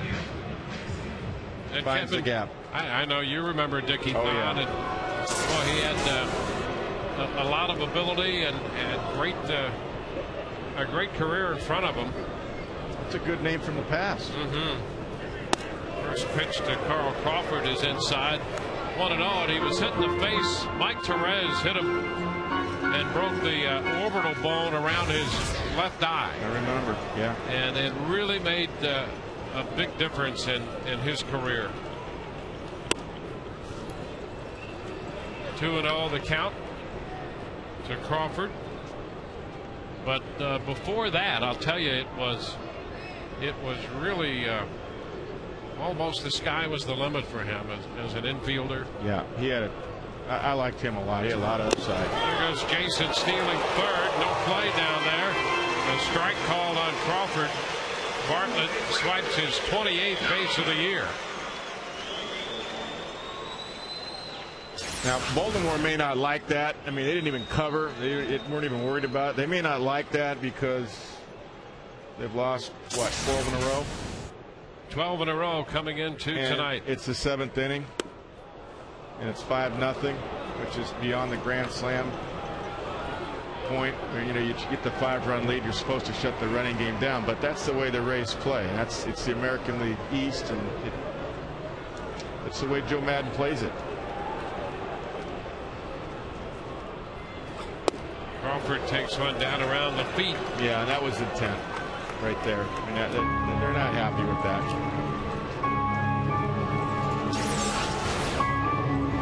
And you know what? See how far he missed? I mean, that was intentional. There's no question about that. I didn't think they'd be too happy with that stolen base. 3-2, and it's fouled. 3-2 breaking ball. They got just a little piece of it. You know, it's tough because, you know, hey, they're still trying to swing the bats and score runs. 5 runs in the American League is not insurmountable. But I think what Dave Tremblay's feeling, hey, we're down right now and you guys are just rubbing it in. I mean, we haven't even woken up today yet. 3-2. Carl bounces it down to first. Over to cover is Roberts from second as Aubrey makes the toss. Bartlett holds at third base. So that's a 3-4 for the second out. I just don't want to see Evan Longoria get hit.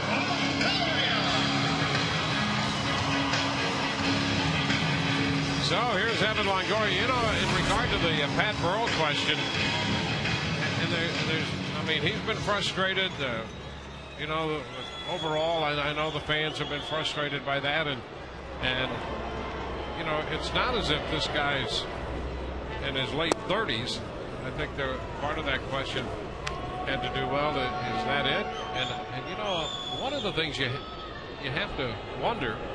You read his lips. He just said, "I can't believe he stole." Yeah.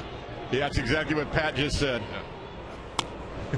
Pitch outside. I'm sorry to interrupt you. No. I'm a lip reader now too. Very good. Well, hey, I've always known that you have multi-talents, and that's one of them. That's why we cover our faces when we go out to the mound. You know, we know there's a lot of lip readers out there. 2-0 to count to Longoria. The other question about Pat, he changes leagues. You know, he's been in the National League his whole career. He comes over to the American League, and you know, I don't know if sometimes that makes a difference. I don't know if it applies in this case or not, but the Rays signed him to a 2-year deal. Strike, and it's 3-1. I think changing leagues does make a difference. Obviously, we're way past the point where it should have made a difference this long. I think Pat will work as hard as he can, and he's been working all summer. But I think he'll work as hard as he can and be a much different hitter next year. Strike 2 to Evan. You know, historically, Pat last year with the Phillies hit 250, but he's hit over 30 home runs every single year. I don't care what ballpark it is. We know what kind of big-time power he has. I just think he'll be a much better hitter next year. It'll be the last year of his deal. He'll be on a mission. He's acclimated to the American League now. Well, I do know this, and all of these guys, to a large degree, they take a lot of pride, both personal and professional, in what they do. And Pat's pretty upfront about it. I mean, he'll talk to you. He's disappointed. Yeah. He's not happy about the kind of year he's had. 3-2, chopped to short, charged by Andino, and the throw to first in time. That'll retire the side. The Rays leave a man at third. We're through 7. It's 5-0 Tampa Bay.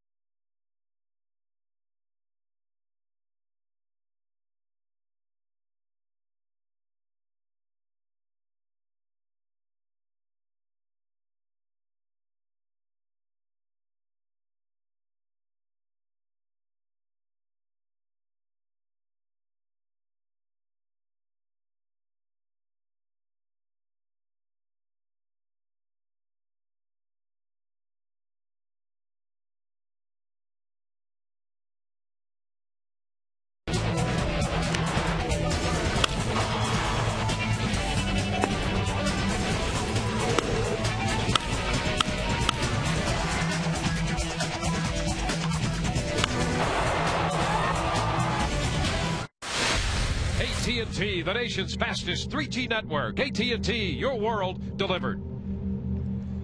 One strike to count. Melvin Mora has fouled the first pitch away here in the 8th. James Shields on the hill for the Rays. Talk about rapid rewind. How about rapid windup? Yes. Shields is just getting it and firing. Pitch a little bit inside. 1 ball, 1 strike. Breaking ball. He made 85 pitches through 7 innings tonight, Shields. Ground ball, deep short. Brignac gets the throw away, but it's wide, and Ibar comes off the bag to corral it. The second hit of the night for Mora. This of the infield variety.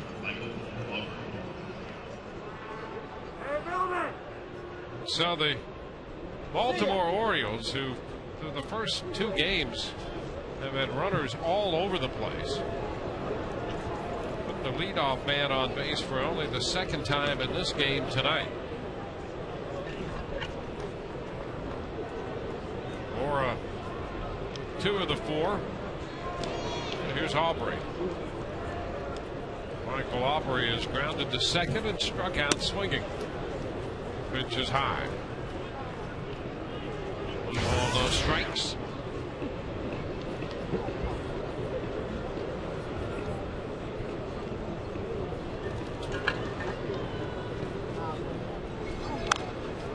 Roll foul. It's 1-1. So that moves Shields to 90 pitches right now. I'd like to see him just have his first complete game of the year in a shutout. He's getting that ERA down. Right now it's at 4.03. I don't know if he figured it out before the game if he threw a shutout, but he could be below 4, which is great in the American League. 1 ball, 2 strikes.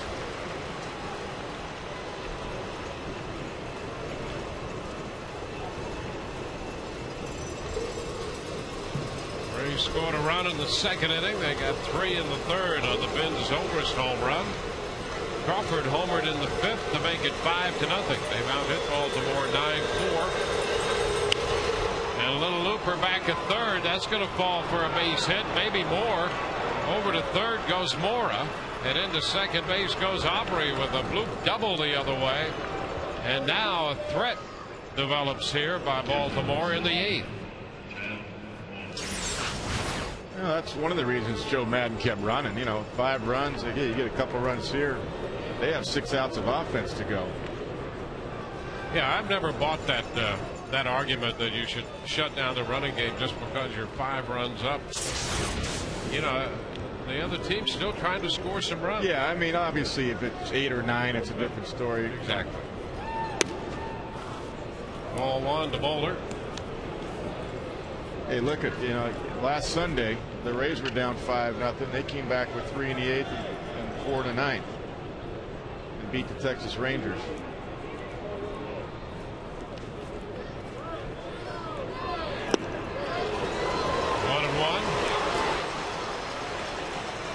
And just because a team's down too, and they're scuffling right now, doesn't mean you stop trying, because they're not stopping trying to get base hits.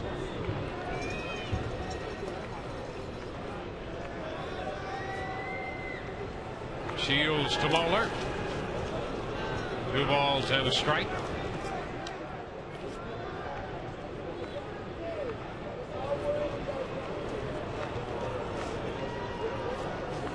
Rays scored all 5 of their runs off the starter Hernandez.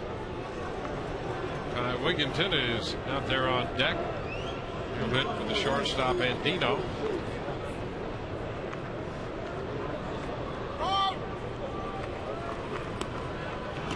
Bowler stepping out, getting time. Shields came in to 14 career starts, a record of 5-2 against Baltimore with a 289 earned run average. Fly ball into right field. Zobrist will go back for it, make the catch, the tag at 3rd. Moore is headed to the plate. Over to 3rd goes Aubrey.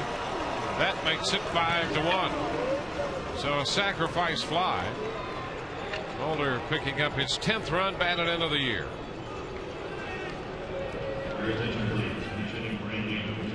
One out, a man at third, and Ty Wigginton will pinch hit for Andino.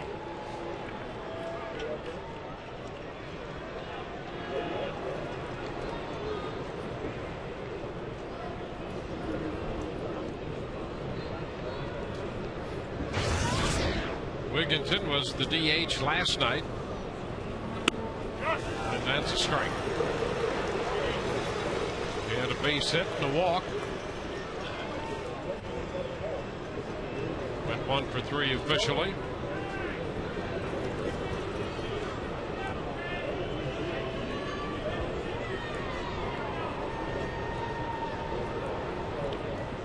Oh, 1 count and the pitch. And a shot back into left. That's going to go. Pinch hit home run for Ty Wigginton. He hit a fastball out, and suddenly it's 5-3. Wigginton hits one out to left. Aubrey scores in front of him, and just like that, it's a 2-run ball game. Yeah, that's why Bartlett ran. That's what we're talking about. All of a sudden, it's a ball game. Tried to go in there. I mean, that's exactly where Riggins wanted it. But you can see on the first pitch, which was a breaking ball, that Wigginton was opening up. He was looking fastball, and he had a check swing for a strike. Not sure why they decided to go right back in there with a fastball after seeing that first check swing on the breaking ball, but they did, and Wigginton jumped on it. Well, that's the 29th home run this year given up by Shields. Wigginton's 11th home run.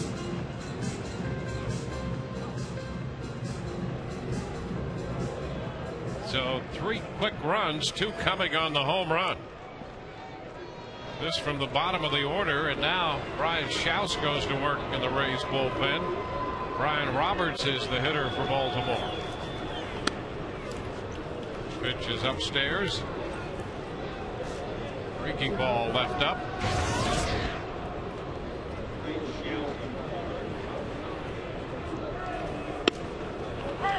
That's a strike call.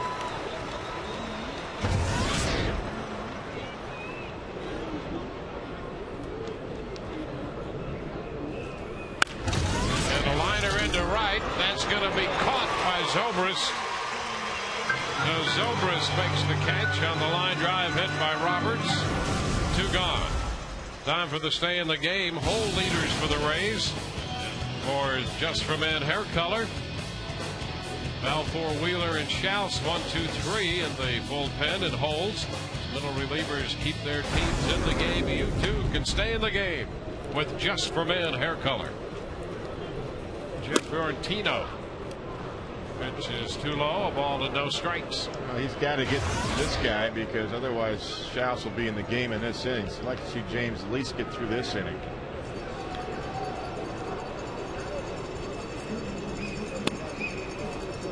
This one is low. 2-0.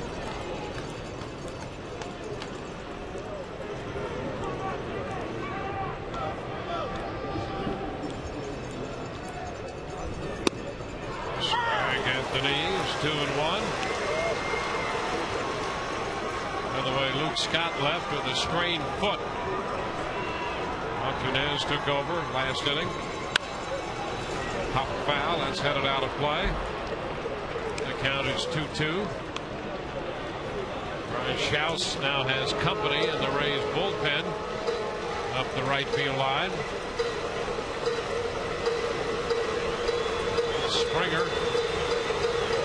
Springer, the right-hander, is going Schaus. Strike 3 call. Fiorentino out of there, and that retires the side. Strikeout number 8 for Shields. 3 runs score. It's 5-3 Rays, middle of the 8th.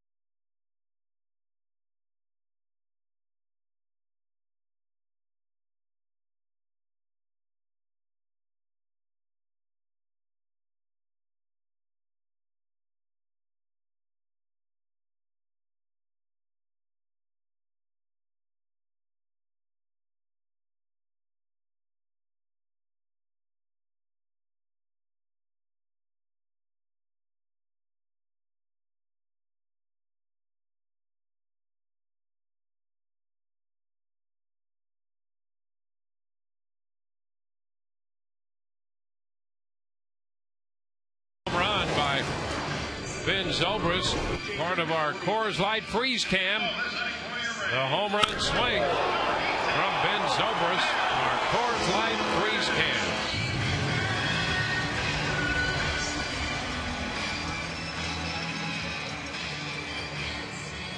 Zobrist is 2 out of 3.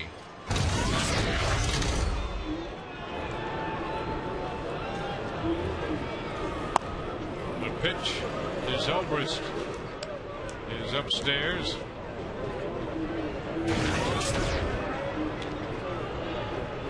Jim Johnson, the new pitcher. Got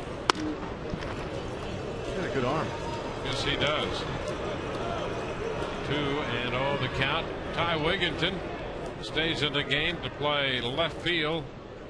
Hunter Jazz goes over to play center field. The strike, 2-1. And Zobrist is in the game at shortstop. Take care of the changes.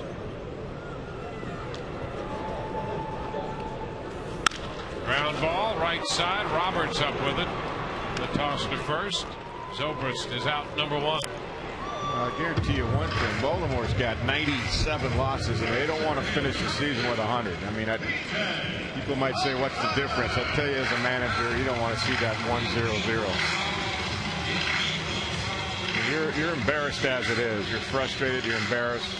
Dave Tremblay tried to tell his club, relax, come to the ballpark whenever you want, take your wives out, no early work, all that. He's trying to teach in the big leagues, but he just said, hey, let me back off, go the other way, take the pressure off these guys. 1-0 the count to B.J. Upton.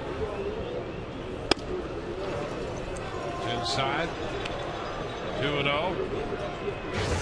And also, you know, Eric Wedge was let go today. I mean, Dave Tremblay's been rumored too that he's in trouble. Mm-hmm.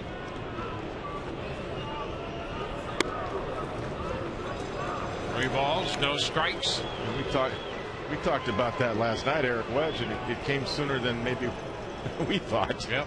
We knew it was going to happen at the end of the season, but I talked to somebody today. Eric asked them to tell him so he could know to get his family prepared for it. And in his press conference today, Eric Wedge said, listen, I have nothing but respect for the Dolans and for Mark Shapiro, and they treated me well. And I had the opportunity, didn't get the job done. But I wanted to finish the season as a manager. I'll work just as hard. Stand-up guy right there, Eric Wedge. Johnson walks Upton. And we'll take a look at our Buick Pontiac GMC dealers road ahead. We'll be with you tomorrow on Fox Sports Florida in high definition once again. Our coverage begins at 6:30, and it'll be Matt Garza for the Rays. Garza making his final start of the year, opposed by Chris Waters. Back in at first is BJ. BJ picked up his 40th stolen base of the year in the second inning.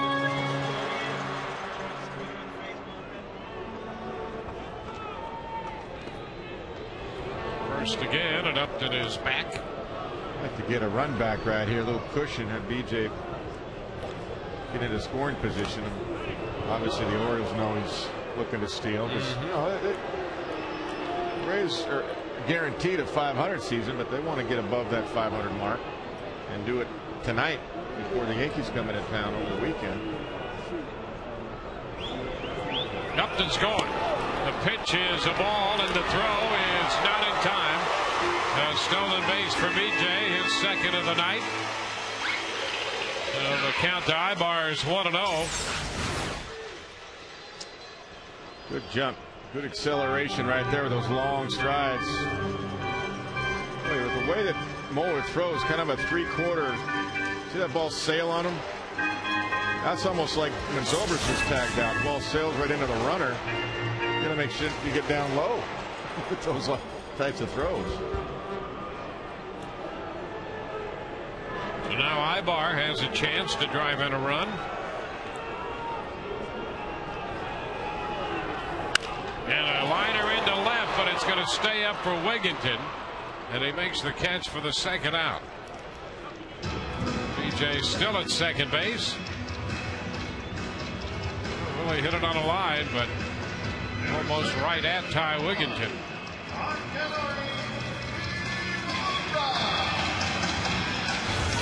Yakanori Iwamura up here now against Johnson.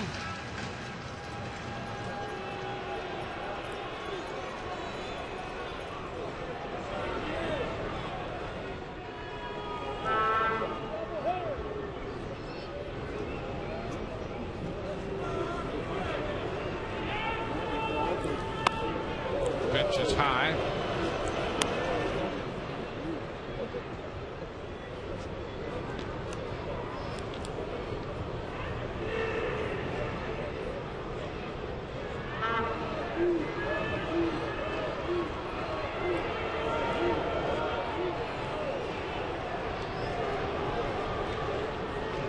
Johnson last pitched on Saturday against Cleveland. 1-1. You're right about the stuff he has. Yeah. I mean, you really think of him as having closer type stuff, and you see Springer and Cormier busy in the bullpen. Yeah, he's got a good four-seamer, a good two-seam. Last pitch 87 with some sink to it. Hockey pulled off of it. Yeah, he's got a good arm.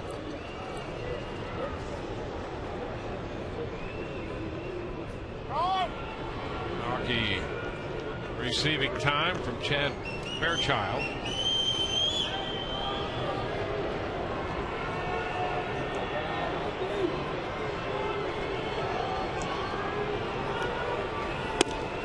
Too low. 2-1. The Rays have the Orioles tomorrow night, and then the Yankees come in Friday night, Saturday night, and Sunday afternoon.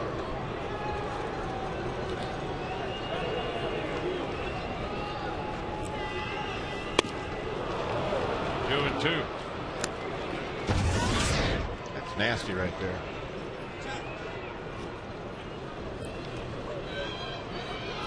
Tomorrow our coverage begins at 6:30.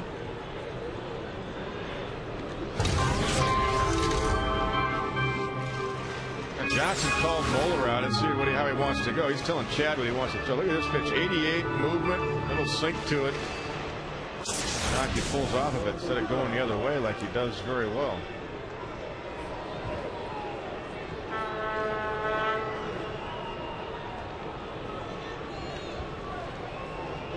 The 2-2, ball 3 up and in with a fastball. So it's a full count. Well, he did that to go back down and away. I mean, he thought he maybe can get a swing and a miss right there, but it wasn't close enough. Go back down away now.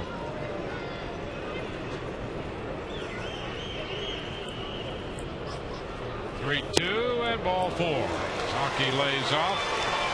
2 walks in the inning. 2 men on with 2 men out.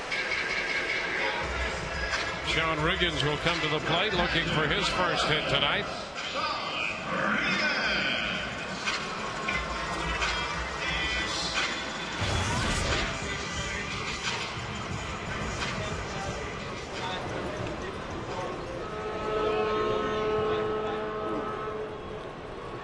Riggins grounded into a double play his last time. Struck out twice on breaking pitches from the starter David Hernandez.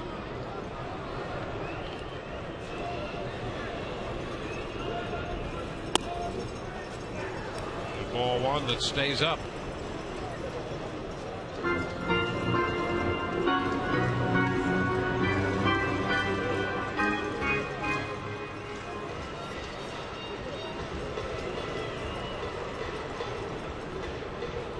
And 0 the count. 1-1. In the ninth, Baltimore will have Markakis, Martinez, and Wieters due up.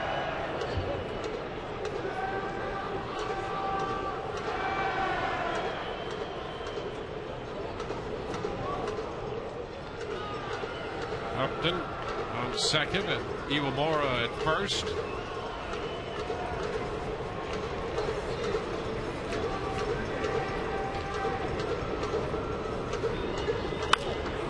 Ground ball chopped toward third. Charged by Mora. And Mora will back to the bag and get the force to retire the side. Rays lead 2. We go to the ninth. 5-3 Tampa Bay.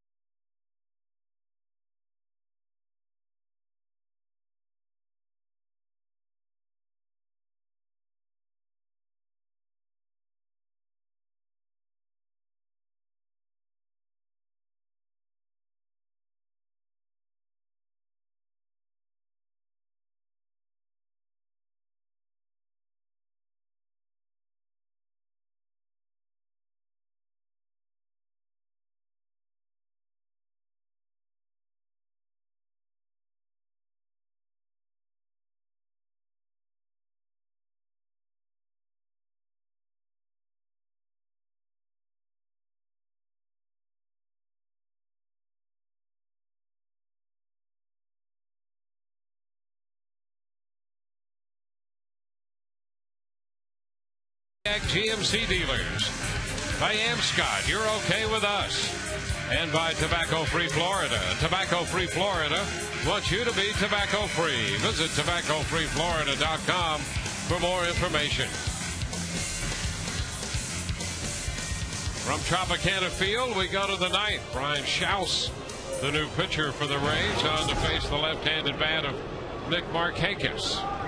The pitch is a strike call. Shields worked 8 innings. Gave up 3 runs, 6 hits. He struck out 8, didn't walk anybody. Touch for a home run, and here's Markakis against Schaus. Well, even the home run pitch, you can't really call that a mistake because that's where he was trying to go. John Reagan's called a fastball in. It ran right into his glove, or would have been in his glove, but Wigington wouldn't let it get there. This one is wide. Deanna Navarro's in the game behind the plate now. He tried to help that pitch and get it back to the corner, but that was a ball, says Chad Fairchild. Fly ball back into left field. Crawford backs up in front of the track to make the catch. One away. So Markakis goes to left. Joe Madden goes to the mound. And that's going to be it for Schaus to face the left-hander. We'll be back with Russ Springer on the hill in a moment.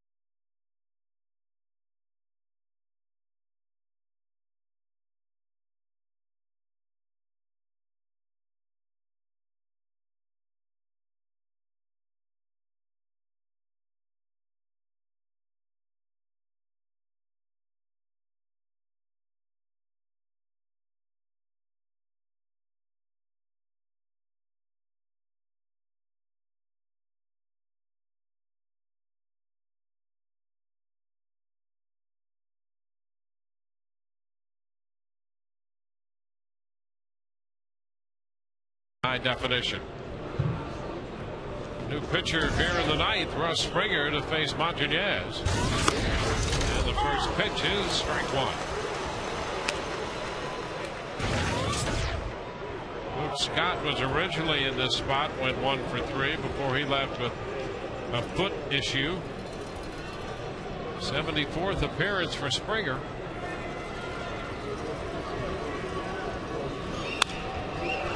The pitch is fouled back, 0-2. Still throwing 93. Amazes me. Still. 40 years old. Yeah. I remember him so many years ago. Get the same stuff.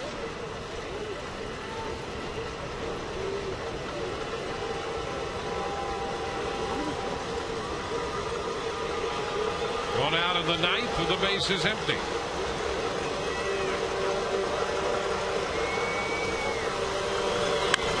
And a fly ball short right. Zobrist is there. He's got it. 2 gone. So with the bases empty and 2 outs, Matt Wieters, the DH, is due. Wieters has grounded out, struck out, and flied out. Rays live the post game coming up immediately following the coverage of this one.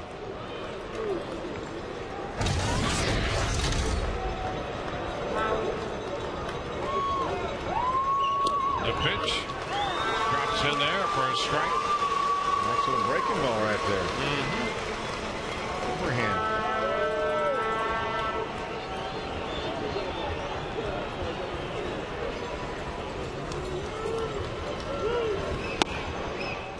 Fastball in off the plate. It's 1-1. The Cormier and Wheeler were both up, but now they have a seat. Choate is up in the bullpen. Swing and a miss. Breaking ball again. Curveball. Fastball up and in. Curveball. Yeah, nice sequence so far. That's a good curve. Right over the top. See Russ break out a few more of those. How about one more of those? Yep. A real good one. 1 ball, 2 strikes. He may do what you said. He may go right back fastball up right here too. He can get him a chase. The pitch. Slider instead. And it's a 2-2 count.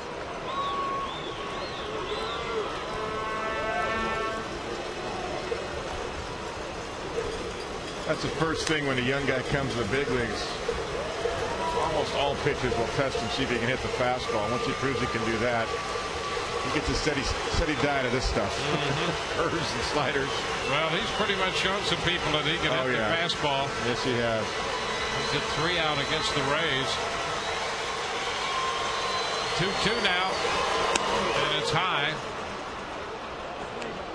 So the count is full.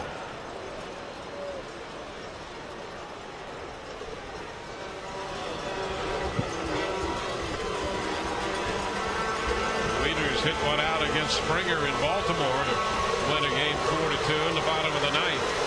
3-2 here, and a shot up the right side, and that ball's going to one-hop the fence back toward the corner, and they're going to hold him to a single. Zobrist, a nice job of playing that one out of the corner to hold Wieters to a long single, and that came on a fastball. Yep, it sure did. 3-2 fastball. I mean, he's shown he can hit that. That one. Not a good pitch. Russ really missed location. That thing ran right back out over the plate. He wanted to get it to the outside corner. You can see the run on that ball. That's a great play by Zobrist. With a 2-run lead, that run means nothing anyway, but still, that's a great play. That's Ben. That's the way he plays it. Never stops playing all out. Here's Melvin Mora. Mora started the 8th with a base hit and scored a run. His second hit of the night. He misses a fastball going after that first pitch fastball. That's a strike. Hey, Wieters, he's got a good swing on a fastball. Quick.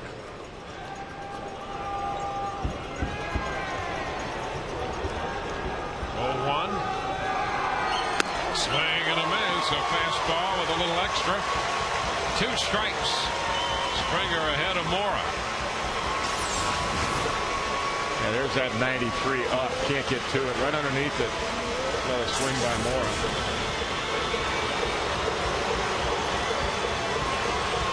Time call. Mora stepping out.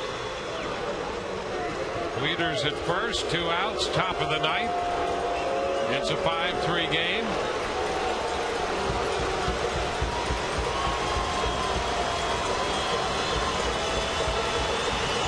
Now the pitch.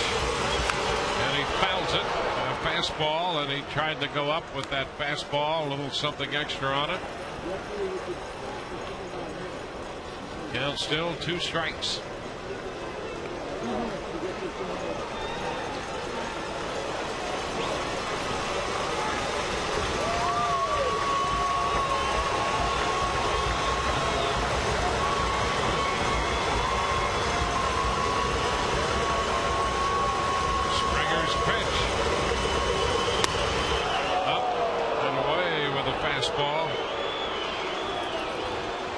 Makes it 1-2.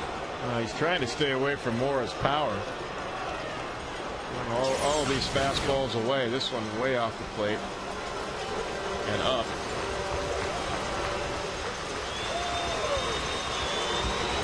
Just by a few inches, but it was up. That was the main thing. 1-2, and he got him. He struck him out. He stayed up with a fastball. Got him on strikes. It's all over, and the Rays are winners. It's a 5-3 final. The Rays win their 82nd game of the year. Shields will wind up with the victory.